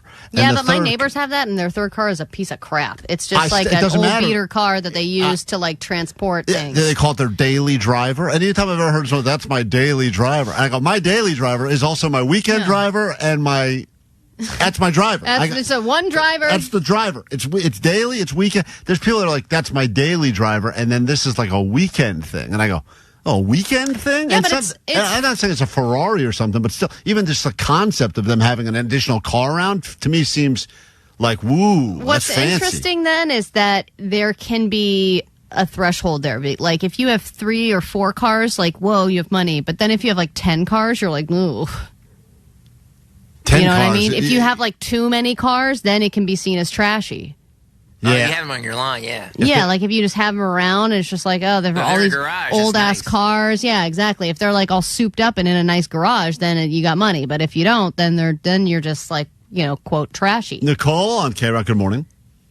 Hey, good morning. What's up? When you walk into somebody's bathroom with 2 sinks, an all-glass shower, a toilet that flushes itself, and a urinal on the wall. A urinal. That's how you know you're at Dodger Stadium. That's not a house. I think a urinal would make it look gross. Yeah, I've never seen a house that had a urinal, but the toilet that flushes itself. Omar and I were just talking about this. That's a good flex. If you walk in and the toilet, I have to burden myself with flushing on my own with my hand. If you walk by a toilet and the lid just opens, like it senses you're nearby and opens up, that is like, whoa. God, if I had money, the one that I would saw be... even plays a song. What? I would never choose to spend money on that, ever. You spend so much time in your life. You could I would buy more windows. See, Alli, this is where Allie's big plans. Weird backwards. Johnny, yes, go ahead. Johnny, I know Johnny's convinced that there's something you can do. You can tell right away. Okay, so I would say whoever has like a wine fridge or like a wine cellar in their house, fancy as hell. Well, cellar, hell yeah. A cellar would be underground. That's very different. Like a closet. You know how they have it like under the stairway and it's like a huge thing for wine? It's like, why do you have that? Why would you have that? Right, but a lot of times I think that those get built in now because they look. I think they say, okay, this is what society assumes people think success is. Yeah. So put it there because people will walk in and go, well, this must mean we've made it. We've got a wine cellar. And what do you put in there? We got to keep meat in there. That's this exact situation with our place because when the people that bought the place just basically vamped it up, redid it, and immediately sold it. And that's one thing that they put in the kitchen because it's cool to be fridge. it's like a small wine fridge. And we were those people who were like, wow, this is so fancy. I don't know if they know this is a wine fridge. I know it's a wine fridge. And the reality is you can buy a wine fridge at like Costco for like $180. Yeah, they're not expensive. And you can put anything in it, even more meat. I felt that when I saw yours for the first time, Klein. I was like, man, this dude Klein buys name brand for sure, dude. Right. Name brand. You got name brand meat. Name brand meat. That's right. I get nothing but the best. The best names. There's another thing that when speakers are like hidden throughout the house. That's what I was going to say too. The speakers on the roof and stuff. Yeah, or it's like they're like canned in the wall, and you're like, whoa, what's going on? You're like, it's all surround. All of it is in the walls. You start going crazy. Sometimes you're like, I think I'm hearing weird stuff in my head. Why does it need to be this like whole auditory experience? Vanessa, you have a theory as to why you can tell someone is beyond super rich because of something you found in their house. If they have a walk-in palm tree. A walk-in palm tree? A walking palm tree? That would be amazing. Wait, the palm tree walks? A walking palm tree is I think your... she's trying to say pantry. Oh. Thank you, Jake. You know what I mean? It's not just a No, little we closet. clearly don't know what you mean. No one knows what you mean. Jake knew. Jake knew. A walking palm tree. That's a big-ass palm tree. That is rich right Palm there. tree, a palm She knows what I'm saying about the plants. Jason, are you also calling about the walking palm tree? Go ahead. Come on. I'm calling about the cars. Yeah, go ahead. I have a 2006 Pontiac Grand Prix and a 2006 GTP. Does that make me fancy? Yes. Because you have, why would you drive one versus the other? Like when you have to make a decision, if you've ever said like, oh, I grabbed the wrong, those are the keys for my other car. Yeah. Or sometimes. But are those nice cars? I don't even know. I mean, like, it sounds like he's got two of the same ones, same year, good year for cars. Yes, Jason, you're wealthy, independently wealthy. Well, my Pontiac Grand Prix I bought for my number one car. Then I ended up finding a Pontiac at the farmer's market with 36,000 miles on it. But wow, you bought a car at a farmer's market? Then yes, you're rich. I went for the hummus. I left with this Pontiac. Yeah. Oh, I guess I'll throw in that car. It's once again, it's I don't think everyone would assume that, but I would always assume if someone's like, that's my weekend, that's my errands car. That's not my fun car. Yeah, and then That there's seems like people a in very- our area that you'll see them in like a nice old car, and that's like their Sunday car. They just drive it on Sundays. Imagine that. Yeah, and they're just cruising. They're not even going anywhere. They're just going for a drive. That's rich person stuff. Jake, what is a good indicator for you? I always thought if someone has a foyer or a foyer, then that's then you got lots of money. Yeah, but once again, that's more about obviously you could make the argument if someone's got a 10,000 square foot house, they've got a lot of money. That's pretty obvious. Hey, you just have a room for your keys. That's a lot of money. Yes, if Yeah. the whole room is for the keys, that's true. This is Al just a on key KROQ. room. Hi, good morning. Yeah, good morning. Yeah, I was going to say, like, one of those Japanese toilet that's heated and it's got, like, million buttons on it. Yeah, that's Omar said that's like his next to buy item. Yeah, people on the text line He's said a that those millionaire. those Japanese toilets aren't as expensive as we think. Really? The one I saw was like $4,000. I think they can range, but I know that sometimes you can buy just the top part of it for less. Oh, yeah, it's like a fancy lid. Yeah, it's a fancy lid, and you still got to it's a regular for use with your regular boring cheap crapper. But nice. Someone said if you see someone's bathroom, they have 3-ply toilet paper. That means they got money. yeah. That's like one of those little subtle flexes where like they're spending a lot of money on something that normally people would spend no money on. 310 people who have a movie theater. Well, yeah, that's like obvious. Yeah, but that's expected. Someone claims her sister's house has 3 urinals in it. That's crazy. Aaron, quickly. That seems like it used to be some kind of a den. Trying to figure out how you can tell if someone's got money based on items you find in their house. What's up? So when the couch doesn't touch the wall. Oh, yeah, it's just a free floating couch. Like, I don't need to save space because I've got plenty of it. So I'm going to put my couch right in the middle of this room. Because and there's enough room. And there's enough room. There is no wall. Usually you say everything's just furniture goes against the wall. Yeah, like we have to Maximize put our space in the couch middle. against the wall because that's the only option. We don't have enough space for it to be anywhere else. If Alli drops something behind her couch, you're never finding it again until she moves. Oh my God, we've got so much stuff under there. Mike, quickly, we got to wrap it up. What's up? Yeah, man. If somebody has like a Sub-Zero or Melee appliances in their house, they got money. Like a built-in espresso maker. Oh, that's a great one. Built-in espresso. Or like smart appliances at all. Or like the microwave drawer, like, they don't have it just over their stove or on the Yeah, and then it countertop. like They opens have and it you're like, in the what do I do? cabinet. I like place this in here?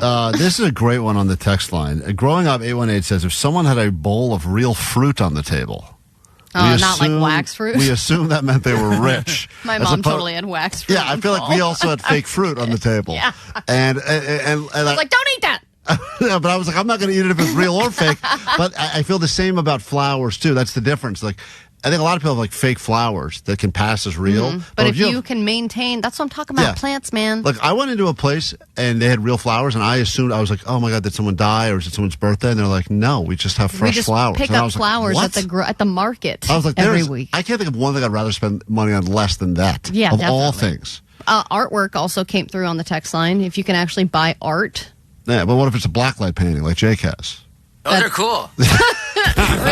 Listen to win your way into the Klein Alley Show Endless Summer BBQ. Coming fresh off the grill this Friday. With international recording superstars and good friends of our show, Royel Otis.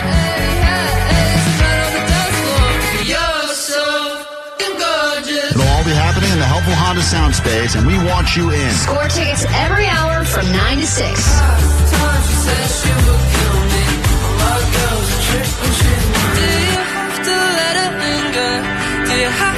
It's live music and free barbecue. The only way in is to listen to KROQ. Yep, there's the road. Hey, this is Roy. This is Otis. We're Royel Otis. Keep it on KROQ to win.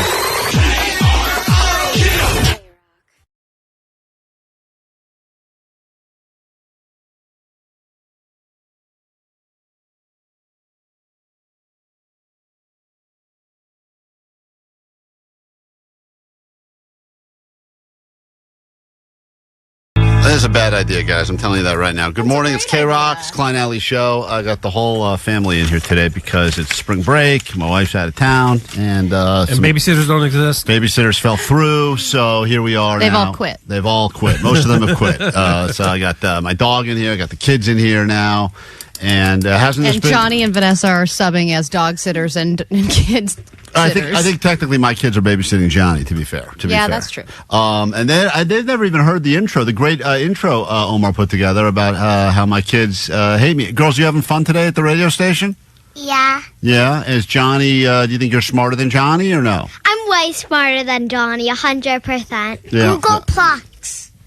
I don't know what that means. They're doing shout-outs? All right, shout out! All right. Johnny is dumb. Okay, Johnny is a dumb head. All right, let's Remember, Dad's a stupid man. All right, great. Thank you. You made another stupid man? Yeah.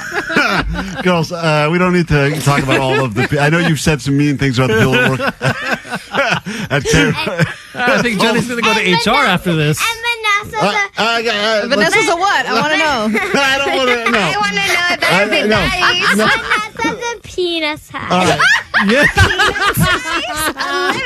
Olivia, Guys. Olivia, I braided your hair. She said penis head. Penis head. Guys, calm down.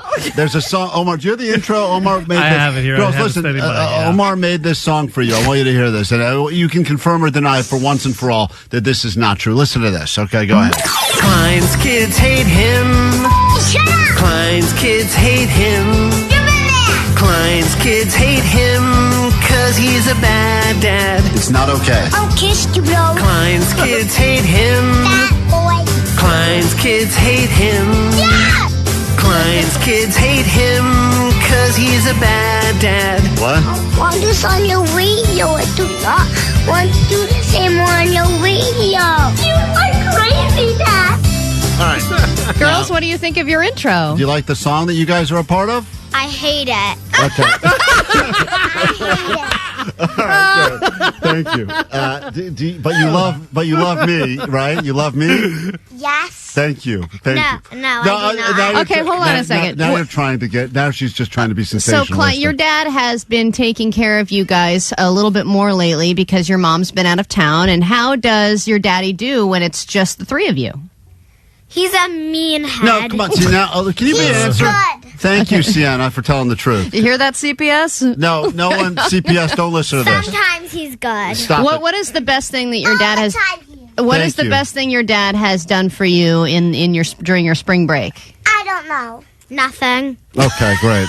It's like they're trying to get a reaction. Hey, what do you think your dad does for a living? What do you I don't know. Well, we're doing it right now. He probably goes poop a lot. That is Okay. hilarious. Great. Crushing it. Does cold plunge. Yes, he does do cold plunges. He does Pilates. Okay. Wow. Yeah. That's Pilates? Gay. You do Pilates? Hey, girls, What what did you guys... Can we stop doing this? What did you guys think when Daddy came home and his tips were dyed bleach? When blonde? my hair was blonde, what did He you was say? stupid. Thank you. Great. All right. Super. As opposed to now, and he's still stupid. All right. And now that my hair is back to normal color, am I still stupid or no? No. Hey, All did right. you girls know that your daddy has 2 buttholes? Okay. Alli? He does. Yeah. Alli? That's why he's pooping so much. Yeah. Guys, very inappropriate. Would Inappropriate. your dad be cool to get a piercing? I want to have a serious conversation with you about something. No, you wait. I want to have a serious conversation with you now. Yeah, excuse me. What? Do you know what joke they're about to tell? I don't, but I don't want to hear it. Listen to me right now. How many? It's gonna be. What is she about to say? It's going to be inappropriate. Sienna, Olivia, be careful. You will lose your play date later. Oh, don't take away her play date. Listen Stop. to me. Listen How many nipples does he have? See, it's not funny. Great. Does she know about the nipple? No, she doesn't. Jake, no. Listen to me, girls. I want to tell you something quickly. Olivia, Sienna, both of you. Listen to me. Yeah. You've been playing a lot of Roblox lately. I don't know if you heard yesterday. There's a big story that happened where a kid was playing Roblox and then got abducted by a kidnapper. And we talked about what happens if you try to get kidnapped. And what is your plan? What happens if you try to get if someone tries to kidnap you? I'll just say no, you're a stupid head. All right, good. And what is your plan, Sienna, if someone tries to kidnap? Because it's so easy. You can just say whatever you want to them or just run away on Roblox. I would punch them in the penis. Okay. That actually is a great answer. Yes. And call Spencer. Okay, goodbye. All right. And call Spencer. Who's Spencer? I don't know. Is that the real dad? Probably. Thank you, girls. Make it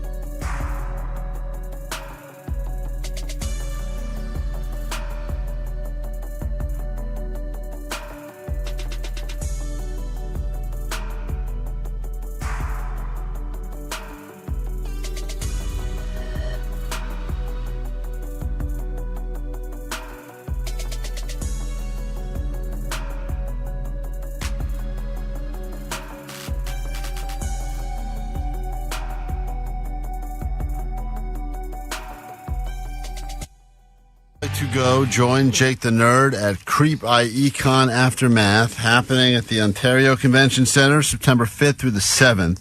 We got a 4-pack of tickets for you right now at 800-520-1067.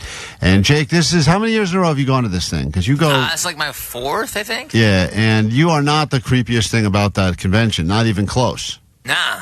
But you love it there, and you spend a bunch of stupid money on stuff. Didn't you, you know, it's funny, one of the things that came through a lot in the conversation about things that make people rich, you talked about art, and we talked about that the biggest upcharge in the world is framing stuff, paying to have something framed. I asked to have something framed, it was like $250. It's like, like what are you talking They just about? make up numbers. It's astronomical. They take a tape measure, and then they pretend it, and then they go, I don't know, $500. Yeah, but you want to go with this glass because it preserves the blah, blah, blah. And we've always given Jake a hard time about framing stupid stuff, but didn't you pay to have stuff custom framed over the weekend?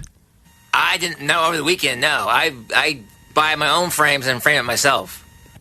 But you frame all the stupid stuff you buy from listeners, like all the creepy, weird stuff, the posters, the hand-painted stuff, the dead animal, all that creepy stuff. Well, I don't have to frame a dead animal. I frame my posters. I saw your old room. You had framed octopus on the wall, dude. But that's a different, like an art piece. That's an art piece. Like, that's framed by the guy who made it. But you have an animal in a frame. Multiple. Not multiple.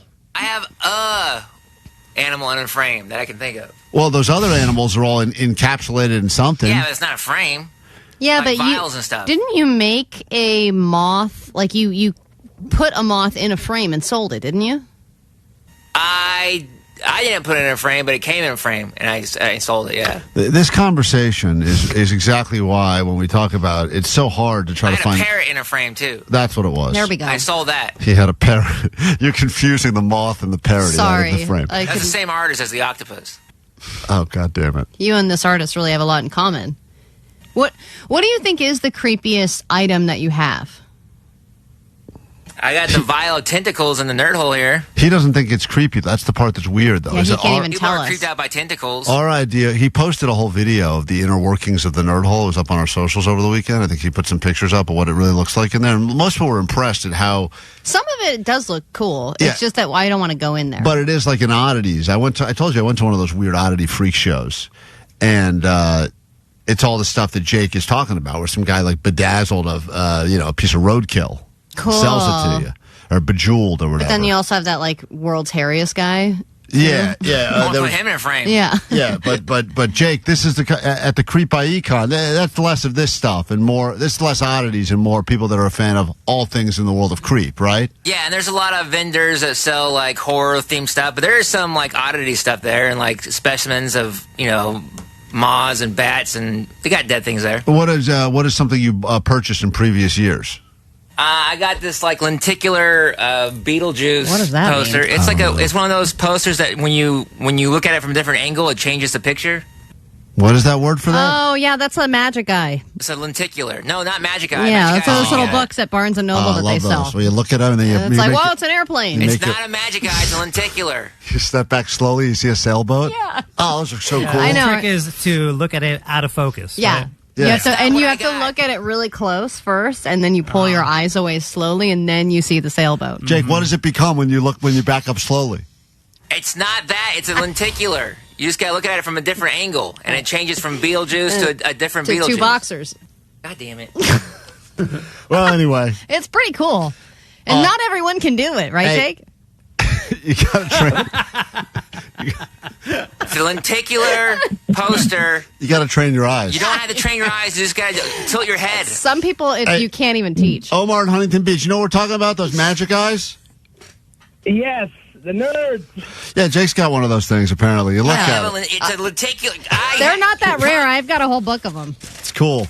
All right, Omar, you're going to go to this Creep I.E Con, all right? Thank you, guys. All right, you're welcome. Thank you for starting your day with us here on The guy KROQ. has a whole booth of lenticulars. They're really nice. Hold on 1 second. If you If step, you look at the booth up close. step further away, Very you different realize- booth. realize it's not a booth at all. It's a sailboat. That's the cool stuff. I love that, Jake. It's I always didn't- a sailboat. I didn't really... It's all- You don't have to like do a weird mind thing. You just gotta look at it from a slightly different angle. It's not a mind thing. It's an eyes training thing. It's not. This isn't that. I'm going to bring in lenticular. Hey, Jake, I'll bring in mine tomorrow. We can look at them with each other. You have a lenticular? I got the... Sometimes I can find them really fast, too. Yeah. And it's like a 3D sailboat. This doesn't take any time at all. It takes 1 second. You just got to switch it like this barely, you know? 818 says, can Jake's Magic Eye poster work with someone with one eye? Oh, we'll try it out. Well, mine's not a magic eye. It's a lenticular. The word Jake is looking for is virginity. Oh, yeah. Yeah, that's not it. They are rigid, though, because they have like little lines in them. You know, Right. that's what makes it a lenticular. All right. So anyway, that's available. Anyway, that's good stuff, Jake. Congratulations on having that. Thank you. It's framed. Congrats on your boat. That's cool. I framed it myself. All right. We got to play you this from Eminem, and then we'll come back, do some takeaways from today's show. Jake is a big fan of Magic Eye. That's cool. All right. We'll be right back.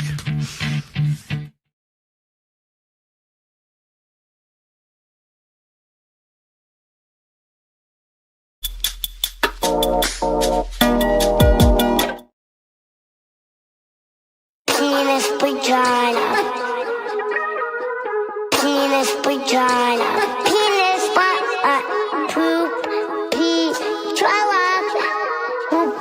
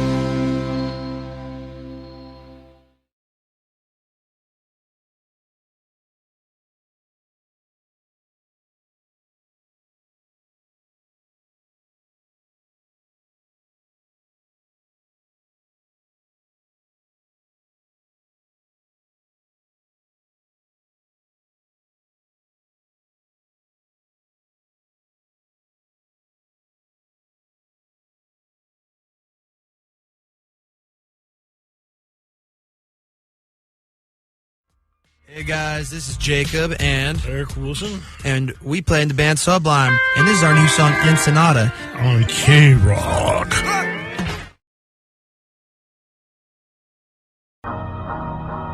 So you think big butts is where it's at? Well, think again. And this ain't no little ass anthem either. It's 2023. What? Let's celebrate the average butt. Hit me with it. Freak, you crazy for this one. Big booty hoes, got to goes. Itty bitty bums, time to run. If fat bottom girls make the world go round, well, step off, bitch, time for average mounds. So many songs about big asses, but I do speak for the masses. May not be pretty, may not be cute. No cap love for the average glute. Big butt, small butt, I say pass. Hello, ladies, medium ass. Medium ass, medium ass. Sorry, Jack, it's the new first class. First class. Yo.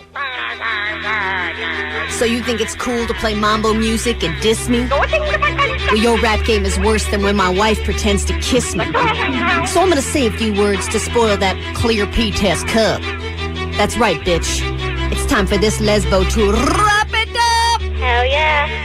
Here's news for you, shorty. NyQuil and DayQuil aren't the same, and doors all have handles, and yellow hats are lame. You say that your pie wine is pizza's new side piece, but your sales list is only as long as your last lease. On the streets you buy Jordans, but you don't make no profit. At home you're like Ellen, you're way out the closet. Whoa. And you'll probably hear this, and you'll probably cry. It's okay, Kay, you're an emotional guy. You cry when you're sick, when your kid sings a song, when you're tired or hungry, when they brought back Tom DeLonge. So you know what? I think I'm gonna stop this dope rhyme, cause unlike you, I know how to stay on time. What's up with this? Yeah.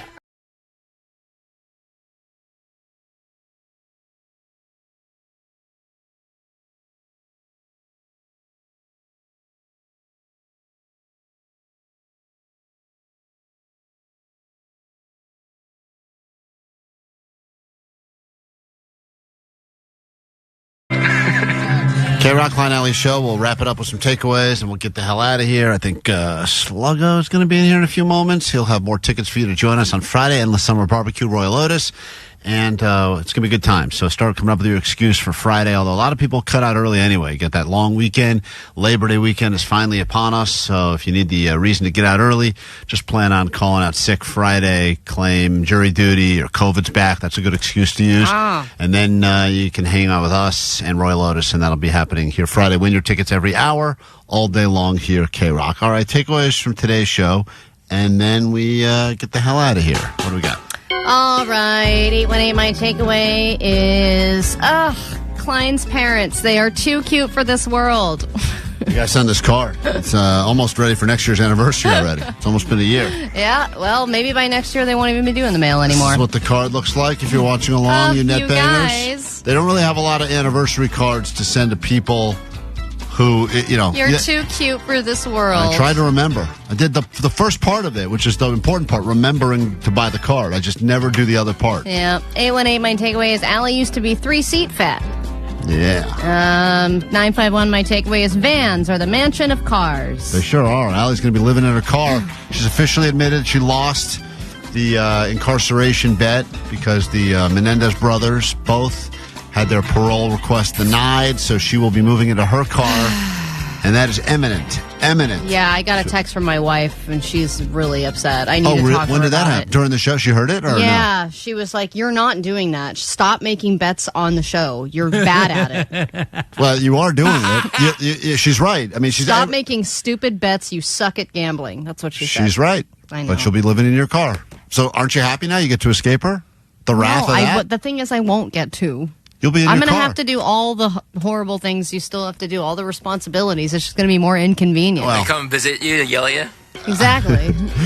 Just drive by the house so I can yell at you. These dishes aren't going to wash themselves. Yeah, that's all right. Maybe she can give you the dirty dishes in the car. You can wash them in there. 213, my takeaway is You know you're rich when you have walk-in palm tree money. It's walking palm tree. That's where it's at. 818, a foyer is a room for your keys. Mhm. And 626, my takeaway is burp, laugh, stinky. Yeah, that you know what we're talking about. You should check out the complete show, available wherever you get your podcasts. Just search Klein Alley Show, search KROQ. Hopefully you find us eventually. And a lot of life lessons came out of today's show. Someone wanted to point out, hold on, let me just read this correctly because I don't want to screw this up. I'm not finding a lot of... Was that another burp? Yeah, who was that? Oh, sorry. That was you, Omar? Yes. Wow, that was We're incredible. going to do, is it Omar or my kid? That's good. Do they sound the same? Here, listen. Hold on. Here, so this is Allie's kid. Let's see. Oh, wow. Yeah, just like Omar. Someone pointed out here, Jake, you'll be happy to know this. This is from 818. Wanted to defend you. And they said, I'm not finding a lot when I search online for Beetlejuice Sailboat Magic Eye poster, so the one you have must be incredibly rare. He's got to search Beetlejuice lenticular. So anyway, congratulations on having a rare piece of Magic Eye art. All right, takeaways. Allie, what do you got? My takeaway is fast food drive-thrus don't accept cocaine as a form of payment. People have tried, and that made the news over the weekend in Wendy's, but they did not accept it. Omar, takeaway? My takeaway that Jake's rich. He's got ants and plants. Yeah, ants and plants. That's how you know you got real money right there. And he's got those magic eyes. Jake, got a takeaway? Yeah, Alli has a Val pack for Valtrex. Sure does. All right, we'll do it tomorrow. Try to do it better. If you need us in the meantime, you can find us on the GOAT line, 844-956-GOAT. Leave your messages, and here he is to take us out without stuttering, DJ Omar Khan. That they feel that that you know they feel that